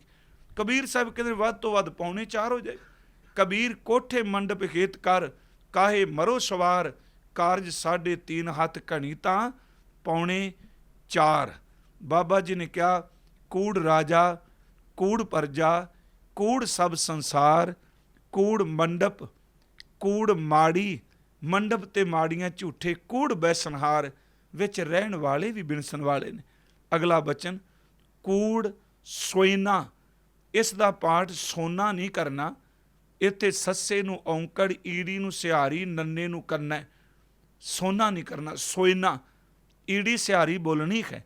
ਕੂੜ ਸੋਇਨਾ ਜਿਹੜਾ ਅਸੀਂ ਸੋਨੇ ਦੇ ਗਹਿਣੇ ਪਾਣੇ ਪਏ ਹਾਂ, ਇਹ ਗਹਿਣੇ ਵੀ ਤਾਂ ਇੱਕ ਦਿਨ ਨਾਸ਼ਵੰਤ ਨੇ, ਇਸ ਨੇ ਵੀ ਖਤਮ ਹੋ ਜਾਣਾ ਹੈ। ਕੂੜ ਰੂਪਾ, ਅੱਧਕ ਲਾ ਕੇ ਪਾਠ ਕਰਾਂਗੇ ਅਰਥ ਸੌਖਾ ਹੋਵੇਗਾ, ਰੂਪਾ ਨਹੀਂ, ਰੂਪਾ ਇਹਦਾ ਅਰਥ ਚਾਂਦੀ। ਜਿਹੜੇ ਅਸੀਂ ਸੋਨੇ ਚਾਂਦੀ ਦੇ ਗਹਿਣੇ ਕੜਾ ਕੜਾ ਕੇ ਪਾਣੇ ਪਏ ਹਾਂ, ਮਹਾਰਾਜ ਕਹਿੰਦੇ ਨੇ ਇਹ ਗਹਿਣੇ ਇਹ ਵੀ ਤਾਂ ਝੂਠ ਨੇ, ਇਹਨਾਂ ਵੀ ਇੱਕ ਦਿਨ ਬਿਨਸ ਜਾਣਾ ਹੈ। ਪਰ ਇਹ ਗੱਲ ਕਈ ਵਾਰੀ ਆਉਂਦਾ ਹੈ, ਉਂਝ ਗੁਰਸਿੱਖੀ 'ਚ ਮਰਿਆਦਾ 'ਚ ਦਰਸਾਇਆ ਜਾਂਦਾ ਹੈ, ਕੰਨ ਛੇਦਕ ਨੱਕ ਛੇਦਕ ਗਹਿਣਾ ਨਹੀਂ ਪਾਣਾ। ਕਈ ਵਾਰੀ ਮੈਂ ਸੋਚਣਾ ਕਈ ਸੱਜਣ ਚਲੋ ਸੋਨਾ ਪਾਉਂਦੇ ਨੇ, ਪਰ ਗੁਰਮਤਿ ਵਿੱਚ ਸੋਨਾ ਪਾਉਣ ਦੀ ਮਨਾਹੀ ਨਹੀਂ ਇੰਨੀ ਕਿਤੇ। ਮੇਰੀ ਫਿਰ ਬੇਨਤੀ ਹੈ, ਜੇ ਗੁਰੂ ਗ੍ਰੰਥ ਸਾਹਿਬ ਦਾ ਪਾਠ ਧਿਆਨ ਦੇ ਨਾਲ ਕਰੋ ਤੇ ਬਾਣੀ 'ਚ ਇੱਕ ਬਚਨ ਹੁੰਦਾ ਹੈ, ਜੇ ਪ੍ਰਸਾਦ ਆ ਭੂਖਨ ਪਹਿਰੀਜੈ ਮਨ ਤੇ ਸਿਮਰਤ ਕਿਉਂ ਆਲਸ ਕੀਜੈ। ਇੱਥੇ ਵੀ ਉਹਦੀ ਯਾਦ, ਜੇ ਤੂੰ ਸੋਨੇ ਦੇ ਗਹਿਣੇ ਪਾਏ ਨੇ ਤੇ ਗਹਿਣੇ ਪਾ ਕੇ ਰੱਬ ਚੇਤੇ ਆਉਂਦਾ ਹੈ ਤੇ ਸਵੀਕਾਰ ਨੇ। ਪਰ ਮੇਰਾ ਖਿਆਲ ਕਿ ਜਦੋਂ ਪਰਮਾਤਮਾ ਦੀ ਬੰਦਗੀ 'ਚ ਕੋਈ ਜੁੜ ਜਾਂਦਾ ਹੈ ਨਾ, ਉਹਦੇ ਲਈ ਸਭ ਤੋਂ ਵੱਡਾ ਸ਼ਿੰਗਾਰ ਰੱਬ ਦੀ ਬੰਦਗੀ ਹੀ ਹੋ ਜਾਂਦੀ ਹੈ। ਪਰ ਜਿਹੜਾ ਤੂੰ ਸੋਨਾ ਪਾਈ ਬੈਠਾ, ਇੰਨੇ ਵੱਡੇ ਗਹਿਣੇ, ਇਹ ਵੀ ਤਾਂ ਬਿਨਸਨਹਾਰ ਨੇ, ਚਾਂਦੀ ਬਿਨਸਨਹਾਰ ਹੈ। ਕੂੜ ਪਹਿਨਣਹਾਰ ਜਿਸ ਸਰੀਰ ਉੱਤੇ ਪਾਏ ਗਏ, ਮੰਨ ਲਓ ਕੰਨਾਂ 'ਚ, ਹੱਥਾਂ 'ਚ, ਪੈਰਾਂ 'ਚ, ਮੱਥੇ 'ਤੇ, ਵਾਲਾਂ 'ਚ, ਗਲੇ 'ਚ, ਜਿੰਨੇ ਮਰਜ਼ੀ ਗਹਿਣੇ ਪਾ ਲਓ, ਇਹ ਕੰਨ, ਇਹ ਨੱਕ, ਇਹ ਅੱਖਾਂ, ਇਹ ਸਰੀਰ ਦਾ ਗਲਾ, ਹੱਥਾਂ ਪੈਰਾਂ ਨੇ ਇੱਕ ਦਿਨ ਸੜ ਕੇ ਕੋਲੇ ਹੋ ਜਾਣਾ ਹੈ। ਮਹਾਰਾਜ ਕਹਿੰਦੇ ਨੂੰ ਭਲਿਆ ਤੈਨੂੰ ਕਰਤਾਰ ਵਿਸਰ ਗਿਆ, ਤੂੰ ਸੋਨੇ ਚਾਂਦੀ ਵਿੱਚ ਖਚਤ ਹੋ ਗਿਆ, ਤੈਨੂੰ ਪਰਮਾਤਮਾ ਦੀ ਯਾਦ ਭੁੱਲ ਗਈ। ਸੱਚ ਇਹ ਪਾਣ ਵਾਲੇ ਸਰੀਰ ਨੇ ਵੀ ਇੱਕ ਦਿਨ ਸੜ ਜਾਣਾ। ਕੂੜ ਸੋਇਨਾ, ਕੂੜ ਰੂਪਾ, ਕੂੜ ਪਹਿਨਣਹਾਰ। ਅੱਗੇ ਮਹਾਰਾਜ ਕਹਿੰਦੇ ਨੇ ਕੂੜ ਕਾਇਆ, ਜਿਹੜੀ ਸਰੀਰ ਦਿਸਦਾ ਪਿਆ ਵੀ ਤਾਂ ਕੂੜ ਹੈ ਨਾ। ਕੂੜ ਕੱਪੜ, ਜਿਹੜੇ ਇਸ ਸਰੀਰ ਦੇ ਉੱਪਰ ਤੂੰ ਬਸਤਰ ਪਹਿ ਰਿਹਾ, ਕੱਪੜੇ ਪਾ ਰਿਹਾ, ਇਹ ਸਰੀਰ ਦੇ ਬਸਤਰ ਵੀ ਝੂਠੇ ਨੇ।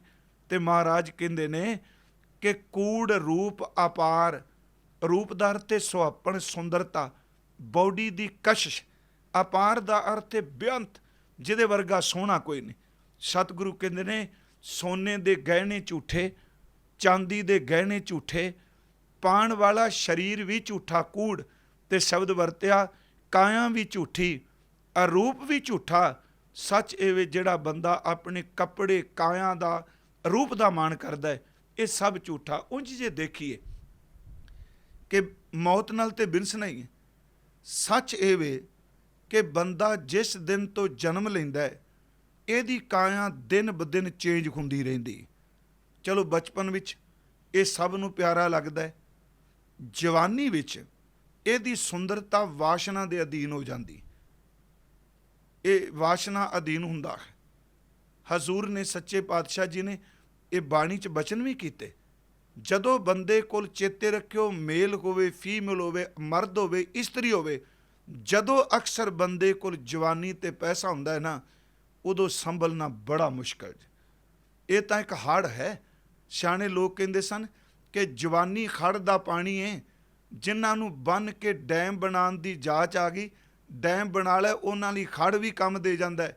ਪਰ ਜਿਨ੍ਹਾਂ ਨੂੰ ਸਾਂਭਣਾ ਨਾ ਆਇਆ, ਉਹਨਾਂ ਨੂੰ ਜਵਾਨੀ ਤਬਾਹ ਕਰ ਦਿੰਦੀ ਹੈ। ਇਹ ਕਾਇਆ ਕੂੜ ਹੈ, ਇਹ ਸੁਹੱਪਣ, ਇਹ ਰੂਪ ਕੂੜ ਹੈ। ਮੈਂ ਬਾਣੀ 'ਚੋਂ ਆਪ ਜੀ ਨੂੰ ਉਦਾਹਰਨ ਦੇਣਾ। ਜਿੰਨੇ ਅਸੀਂ ਜਾਣਦੇ ਹਾਂ ਕਿ ਸਾਡੀ ਬਾਡੀ ਚੇਂਜ ਨਹੀਂ ਹੋ ਰਹੀ।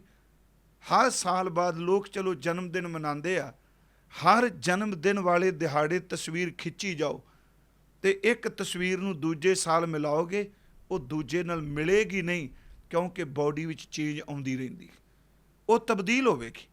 ਉਹ ਭਾਵੇਂ ਰੂਪ ਹੈ, ਭਾਵੇਂ ਕਾਇਆ ਹੈ। ਇਸੇ ਕਰਕੇ ਕਬੀਰ ਸਾਹਿਬ ਨੇ ਤਾਂ ਕਮਾਲ ਦੇ ਬਚਨ ਕਹੇ, ਕਹਿੰਦੇ ਕਬੀਰ ਗਰਬ ਨਾ ਕੀਜੀਐ ਦੇਹੀ ਦੇਖ ਸੁਰੰਗ। ਸਕਿਨ ਨੂੰ, ਚਮੜੀ ਸੋਹਣੀ ਨੂੰ ਦੇਖ ਕੇ ਹੰਕਾਰ ਨਾ ਕਰ।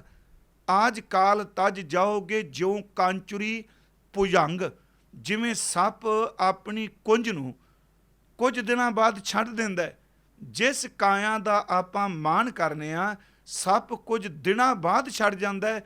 ਤੇ ਚੇਤੇ ਰੱਖਿਓ ਅਸੀਂ ਲੋਕ ਇਸ ਨੂੰ ਕੁਝ ਸਾਲਾਂ ਬਾਅਦ ਛੱਡ ਜਾਵਾਂਗੇ, ਪਰ ਇੱਕ ਦਿਨ ਇਸ ਤਰ੍ਹਾਂ ਕਾਇਆ ਰੁਲੇਗੀ ਜਿਵੇਂ ਸੱਪ ਦੀ ਕੁੰਜ ਰੁਲਦੀ ਹੈ।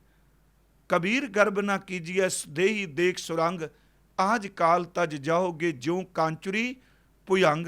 ਜਿਵੇਂ ਸੱਪ ਆਪਣੀ ਕੁੰਜ ਤਿਆਗ ਦਿੰਦਾ ਹੈ, ਇਸੇ ਤਰ੍ਹਾਂ ਹੀ ਬਾਣੀ 'ਚ ਮਹਾਰਾਜ ਜੀ ਨੇ ਬੜੇ ਬਚਨ ਦਿੱਤੇ ਨੇ। ਜਿਵੇਂ ਅਸੀਂ ਪਾਠ ਕਰਨੇ ਹਾਂ, ਬਾਬਾ ਫਰੀਦ ਸਾਹਿਬ ਦੇ ਸ਼ਲੋਕਾਂ 'ਚ ਇੱਕ ਬਚਨ ਹੈ।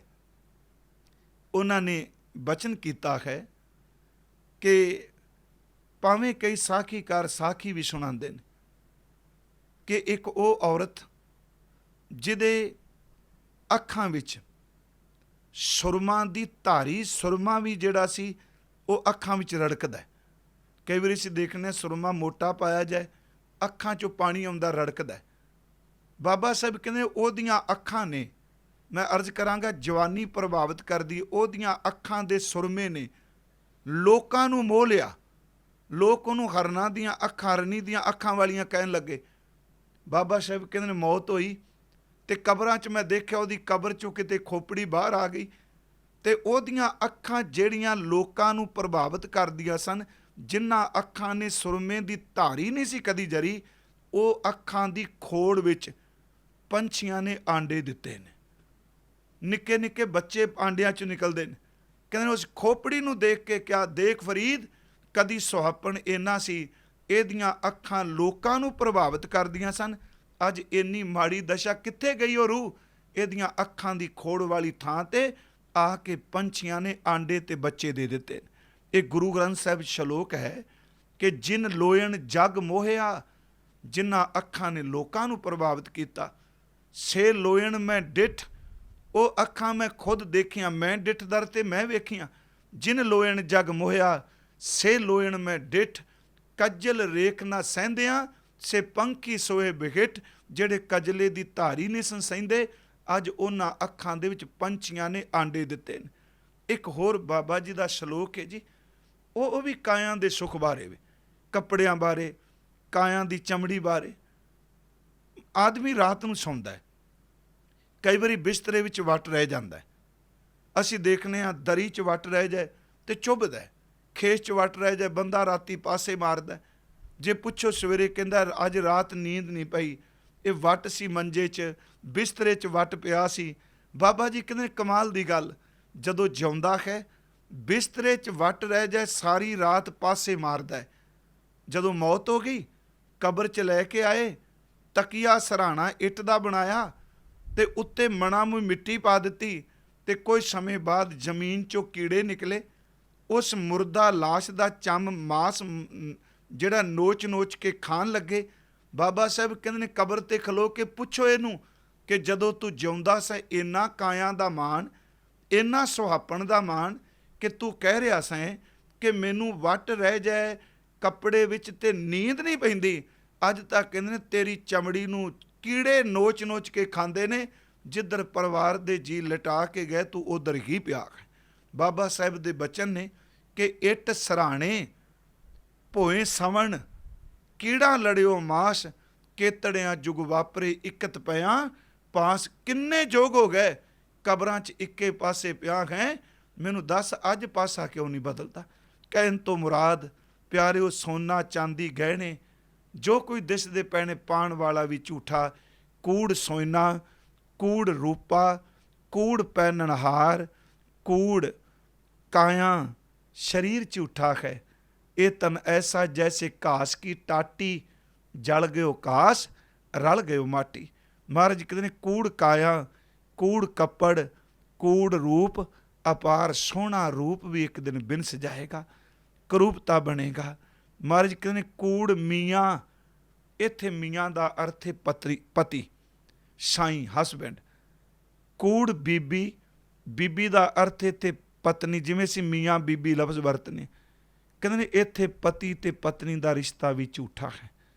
कूड़ मियाँ, कूड़ बीबी, खप होए खार, खप का अर्थ है क्रिज क्रिज के, खचत हो के। खार लफ्ज़ का अर्थ है खुआर होना, खत्म हो जाना, खज्जल खुआरी होनी, जलील होना। कहते ने कूड़ मियाँ, कूड़ बीबी, खप होए खार, पति ते पत्नी भी कूड़ ने, झूठे ने, रिश्ता बिनसनहार है। क्यों कि ये पदार्थां विच मस्त होके, वासना विच मस्त होके, भोगां विच ही पै रहे, इन्हां नूं भी खुआरी बनी। कूड़ मियाँ, कूड़ बीबी, खप होए खार। अगे महाराज कहते ने कूड़, कूड़े नेहों लगा, विसरिया करतार। बस आ ही गल समझण वाली है कि कूड़, कूड़ा नेहों लगा, दो चीज़ां ने, एक कूड़ एक कूड़ा। इहदा मतलब कि शरीर भी कूड़ा है, ਤੇ ਜਿਸ ਘਰ 'ਚ ਇਹਦਾ ਪਿਆਰ ਪੈ ਗਿਆ ਉਹ ਵੀ ਕੂੜਾ ਹੈ। ਸੱਚ ਇਹ ਕਿ ਕਾਇਆ ਵੀ ਕੂੜੀ ਹੈ। ਜਿਸ ਕੱਪੜੇ ਨੂੰ ਪਿਆਰ ਕਰਦਾ ਉਹ ਵੀ ਪਾਟਣ ਵਾਲਾ ਕੂੜਾ ਹੈ। ਕਾਇਆ ਵੀ ਝੂਠੀ ਹੈ। ਜਿਸ ਗਹਿਣੇ ਨੂੰ ਪਿਆਰ ਕਰਦਾ ਉਹ ਵੀ ਝੂਠਾ ਹੈ। ਮਹਾਰਾਜ ਕਹਿੰਦੇ ਨੇ ਕੂੜ ਦਾ ਕੂੜ ਨਾਲ ਪਿਆਰ ਬਣ ਗਿਆ। ਝੂਠਾ ਝੂਠੇ ਜੇ ਪਿਆਰ 'ਚ ਖਚਤ ਹੈ। ਕੂੜ ਕੂੜਾ ਨਿਹੁ ਦਰ ਤੇ ਪਿਆਰ ਪਿਆਰ ਲੱਗਾ ਇਹਨਾਂ ਦਾ। ਕੂੜ ਕੂੜਾ ਨਿਹੁ ਲੱਗਾ ਵਿਸਰਿਆ ਕਰਤਾਰ। ਇਹਨੂੰ ਕਰਤਾਰ ਪਰਮਾਤਮਾ ਭੁੱਲ ਗਿਆ। ਬਾਬਾ ਨਾਨਕ ਸਾਹਿਬ ਕਹਿੰਦੇ ਨੇ ਕਿਸ ਨਾਲ ਕੀਚੈ ਦੋਸਤੀ। ਕਿਹਨੂੰ ਆਪਣਾ ਯਾਰ ਬਣਾਵਾਂ, ਕਿਹਨੂੰ ਆਪਣਾ ਮਿੱਤਰ ਬਣਾਵਾਂ, ਕਿਹਦੇ ਨਾਲ ਆਪਣੇ ਦਿਲ ਦੀ ਸਾਂਝ ਕਰਾਂ, ਕਿਉਂਕਿ ਸਭ ਜਗ ਚੱਲਣਹਾਰ। ਇਹ ਤਾਂ ਸਾਰੇ ਜਾਣ ਵਾਲੇ ਨੇ, ਸਾਰੇ ਤਿਆਰ ਖਲੋਤੇ ਨੇ। ਇੱਕ ਸੱਜਣ ਚੱਲੇ, ਇੱਕ ਚੱਲ ਗਏ, ਰਹਿੰਦੇ ਪੀਫੁਨ ਜਾਹੇ। ਤਾਂ ਹੀ ਬਾਬਾ ਜੀ ਨੇ ਕਿਹਾ ਕਿਹਦੇ ਨਾਲ ਮਿੱਤਰਤਾ ਕਰਾਂ, ਇੱਥੇ ਕਿਹਦੇ ਨਾਲ ਦੋਸਤੀ ਪਾਵਾਂ। ਇਹ ਸਾਰੇ ਜਾਣ ਵਾਲੇ ਨੇ, ਇਹਨਾਂ ਨੇ ਕਿਸੇ ਨੇ ਰਹਿਣਾ ਨਹੀਂ। ਕਿਸ ਨਾਲ ਕੀਚੈ ਦੋਸਤੀ ਸਭ ਜਗ ਚੱਲਣਹਾਰ। ਅੱਗੇ ਮਹਾਰਾਜ ਕਹਿੰਦੇ ਨੇ ਕਰੀਏ ਕੀ। ਜਿੰਨੀ ਦੇਰ ਤੱਕ ਬੰਦਾ ਜਿਉਂਦਾ ਹੈ ਇਹਨੂੰ ਕੂੜ ਜ਼ਹਿਰ ਵੀ ਮਿੱਠਾ ਲੱਗਦਾ ਪਿਆ। ਕਿੰਨਾ ਮਿੱਠਾ ਲੱਗਦਾ ਹੈ ਜੀ। ਬਾਬਾ ਜੀ ਨੇ ਚਲੋ ਸ਼ਬਦ ਵਰਤਿਆ ਕਿਸ ਨਾਲ ਕੀਚੈ ਦੋਸਤੀ ਸਭ ਜਗ ਚੱਲਣਹਾਰ। ਇਹ ਸਾਰੀ ਦੁਨੀਆ ਚਾਹਣ ਵਾਲੀ ਹੈ। ਗੁਰੂ ਨਾਨਕ ਸਾਹਿਬ ਦੇ ਬੋਲ ਨੇ ਜੀ, ਜਨ ਪਿਸਰ ਪਦਰ ਬਿਰਾਦਰਾਂ ਕਸ ਨੇਸ਼ ਦਸਤੰਗੀਰ। ਫਾਰਸੀ ਦਾ ਇਹ ਸ਼ਬਦ ਹੈ ਮਹਾਰਾਜ ਦਾ। ਕਹਿੰਦੇ ਨੇ ਕਿਹਨੂੰ ਦੋਸਤ ਮਿੱਤਰ ਬਣਾਵਾਂ। ਜਨ ਦਾ ਅਰਥ ਹੈ ਇਸਤਰੀ ਪਤਨੀ, ਪਿਦਰ ਦਾ ਅਰਥ ਪਿਤਾ, ਬਿਰਾਦਰਾਂ ਦਾ ਅਰਥ ਹੈ ਸਕੇ ਭਰਾ, ਪੁੱਤਰ ਭਰਾ ਮਾਂ ਇਸਤਰੀ। ਕਹਿੰਦੇ ਨੇ ਜਦੋਂ ਬੰਦਾ ਮਰਦਾ ਹੈ ਚੇਤੇ ਰੱਖਿਓ ਮਰੇ ਹੋਏ ਦੀ ਬਾਂਹ ਪਕੜ ਕੇ ਕੋਈ ਉਠਾਉਂਦਾ ਨਹੀਂ। ਹਾਂ ਉਠਾਉਂਦੇ ਜ਼ਰੂਰ ਨੇ ਆਪਣੇ ਮੋਢਿਆਂ ਦੇ ਉੱਤੇ, ਬਾਂਹ ਪਕੜ ਕੇ ਨਹੀਂ ਕਦੀ ਕੋਈ ਉਠਾਉਂਦਾ। ਜਨ ਪਿਸਰ ਪਦਰ ਬਿਰਾਦਰਾ ਪੁੱਤਰ ਇਸਤਰੀ ਪਿਓ ਭਰਾ। ਕਸ ਨੇਸ਼ ਦਸਤੰਗੀਰ ਕਿਸ ਨਾਲ ਕੀਚੈ ਦੋਸਤੀ। ਕਸ ਨੇਸ਼ ਦਸਤੰਗੀਰ ਇਹਨਾਂ 'ਚੋਂ ਕੋਈ ਹੱਥ ਪਕੜਨ ਵਾਲਾ ਨਹੀਂ। ਮਹਾਰਾਜ ਕਹਿੰਦੇ ਨੇ ਕਸ ਨੇਸ਼ ਦਸਤੰਗੀਰ। ਫਿਰ ਬੰਦਾ ਕਿੰਨਾ ਕੁ ਇਹਦੇ 'ਚ ਖਚਤ ਹੈ। ਇਹ ਮਿੱਠੇ ਬੜਾ ਲੱਗਦਾ। ਕੂੜ ਮਿੱਠਾ, ਜ਼ਹਿਰ ਝੂਠਾ ਜਿਹੜਾ ਝੂਠ ਹੈ ਉਹ ਬੜਾ ਮਿੱਠਾ ਲੱਗਦਾ ਹੈ। ਕਿੰਨਾ ਮਿੱਠਾ ਜੀ। ਕੂੜ ਮਾਖਿਓ ਇਹ ਇਸ ਤਰ੍ਹਾਂ ਲੱਗਦਾ ਜਿਵੇਂ ਸ਼ਹਿਦ ਮਿੱਠਾ ਹੈ। ਮਾਖਿਓ ਲਫ਼ਜ਼ ਹਜ਼ੂਰ ਨੇ ਵਰਤਿਆ ਹੈ ਜਿਵੇਂ ਸ਼ਹਿਦ ਮਿੱਠਾ। ਬੜਾ ਬੰਦਾ ਇਹ 'ਚ ਖਿੱਚ ਖਚਤ ਰਹਿੰਦਾ। ਤੇ ਸਤਿਗੁਰੂ ਕਹਿੰਦੇ ਨੇ ਕੂੜ ਡੋਬੇ ਪੂਰ। ਇਸ ਝੂਠ ਪਿੱਛੇ ਲੱਗ ਕੇ ਪੂਰ ਆਪਾਂ ਕਹਿੰਦੇ ਹਾਂ ਕਿ ਜਿਵੇਂ ਬੇੜੀ ਤੇ ਬੈਠ ਕੇ ਲੋਕ ਇੱਕ ਕਿਨਾਰੇ ਤੋਂ ਦੂਜੇ ਕਿਨਾਰੇ 'ਚ ਜਾਂਦੇ ਨੇ। ਅਸੀਂ ਕਹਿੰਦੇ ਬੇੜੀ ਦਾ ਪੂਰ ਭਰਿਆ ਗਿਆ, ਪੂਰ ਕਿਨਾਰੇ ਲੱਗ ਗਿਆ। ਇਹਦਾ ਅਰਥ ਹੈ ਬੇੜੀਆਂ ਦੀਆਂ ਬੇੜੀਆਂ ਡੁੱਬ ਗਈਆਂ। ਇੱਥੇ ਆਦਿ ਕਾਲ ਤੋਂ ਪੂਰਾਂ ਦੇ ਪੂਰ ਡੁੱਬ ਗਏ, ਪਤਾ ਹੀ ਨਹੀਂ ਕਿੱਥੇ ਚਲੇਗਾ। ਬੁੱਲੇ ਨੇ ਤਾਂ ਹੀ ਕਿਹਾ, ਕਹਿੰਦਾ ਕਿੱਥੇ ਹੈ ਸੁਲਤਾਨ ਸਿਕੰਦਰ, ਮੌਤ ਨਾ ਛੱਡੇ ਪੀਰ ਪੈਗੰਬਰ, ਸਭ ਕਰ ਕਰ ਗਏ ਅਡੰਬਰ। ਇੱਥੇ ਕੋਈ ਪਾਏਦਾਰ ਨਹੀਂ, ਉੱਠ ਜਾਗ ਕੁਰਾੜੇ ਮਾਰ ਨਹੀਂ। ਕਿੱਥੇ ਚਲੇ ਗਏ। ਮਹਾਰਾਜ ਜੀ ਦੀ ਬੋਲ ਅੰਮ੍ਰਿਤ ਬਾਣੀ 'ਚ, ਰਾਜੇ ਰਈਅਤ ਸਿਕਦਾਰ ਕੋਈ ਨਾ ਰਹਿਸੀਓ, ਹੱਟ ਪੱਟਣ ਬਾਜ਼ਾਰ ਹੁਕਮੀ ਢੈਸੀਓ, ਪੱਕੇ ਬੰਕ ਦਵਾਰ ਮੂਰਖ ਜਾਣੇ ਆਪਣੇ, ਦਰ ਭਰੇ ਭੰਡਾਰ ਰੀਤੇ ਇੱਕ ਖਣੇ। ਇੱਕ ਖਿਣ 'ਚ ਸਤਿਗੁਰੂ ਕਹਿੰਦੇ ਨੇ ਝੂਠ ਨੇ ਪੂਰਾਂ ਦੇ ਪੂਰ ਡੋਬ ਦਿੱਤੇ। ਪਤਾ ਨਹੀਂ ਕਿੰਨੀ ਕੁ ਦੁਨੀਆ ਖੱਪ ਗਈ। ਕੂੜ ਮਿੱਠਾ, ਕੂੜ ਮਾਖਿਓ, ਕੂੜ ਡੋਬੈ ਪੂਰ।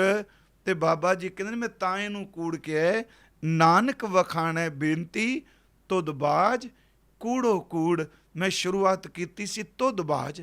ਜੇ ਤੂੰ ਨਹੀਂ ਰਾਜ ਭਾਗ ਝੂਠਾ ਹੈ। ਜੇ ਤੇਰੀ ਯਾਦ ਆ ਜਾਏ ਤੇ ਮਾਲਕ ਹਰ ਚੀਜ਼ ਹੀ ਤੇਰੀ ਦਿੱਤੀ ਹੋਈ ਹੈ। ਸਤਿਗੁਰੂ ਗੁਰੂ ਗ੍ਰੰਥ ਸਾਹਿਬ ਕਿਰਪਾ ਕਰਨ। ਇਸੇ ਸ਼ਲੋਕ ਦੀ ਵਿਚਾਰ ਅਗਲੇ ਸ਼ਲੋਕ ਨਾਲ ਮਿਲੇਗੀ। ਪਹਿਲੇ ਸ਼ਲੋਕ 'ਚ ਝੂਠ ਹੈ ਸਭ ਕੁਝ। ਦੂਜੇ ਸ਼ਲੋਕ 'ਚ ਮਹਾਰਾਜ ਕਹਿੰਦੇ ਨੇ ਹਾਂ ਸਥਿਰ ਤਾਂ ਹੋ ਸਕਣਾ, ਸੱਚ ਤਾਂ ਪਰ ਜਾਣੀਏ ਜਾਂ ਹਿਰਦੈ ਸੱਚਾ ਹੋਏ। ਇਹਦੀ ਵਿਚਾਰ ਅੱਗੇ ਕੀਤੀ ਜਾਏਗੀ। ਹੋਈਆਂ ਭੁੱਲਾਂ ਬਖਸ਼ ਦੇਣੀਆਂ। ਵਾਹਿਗੁਰੂ ਜੀ ਕਾ ਖਾਲਸਾ, ਵਾਹਿਗੁਰੂ ਜੀ।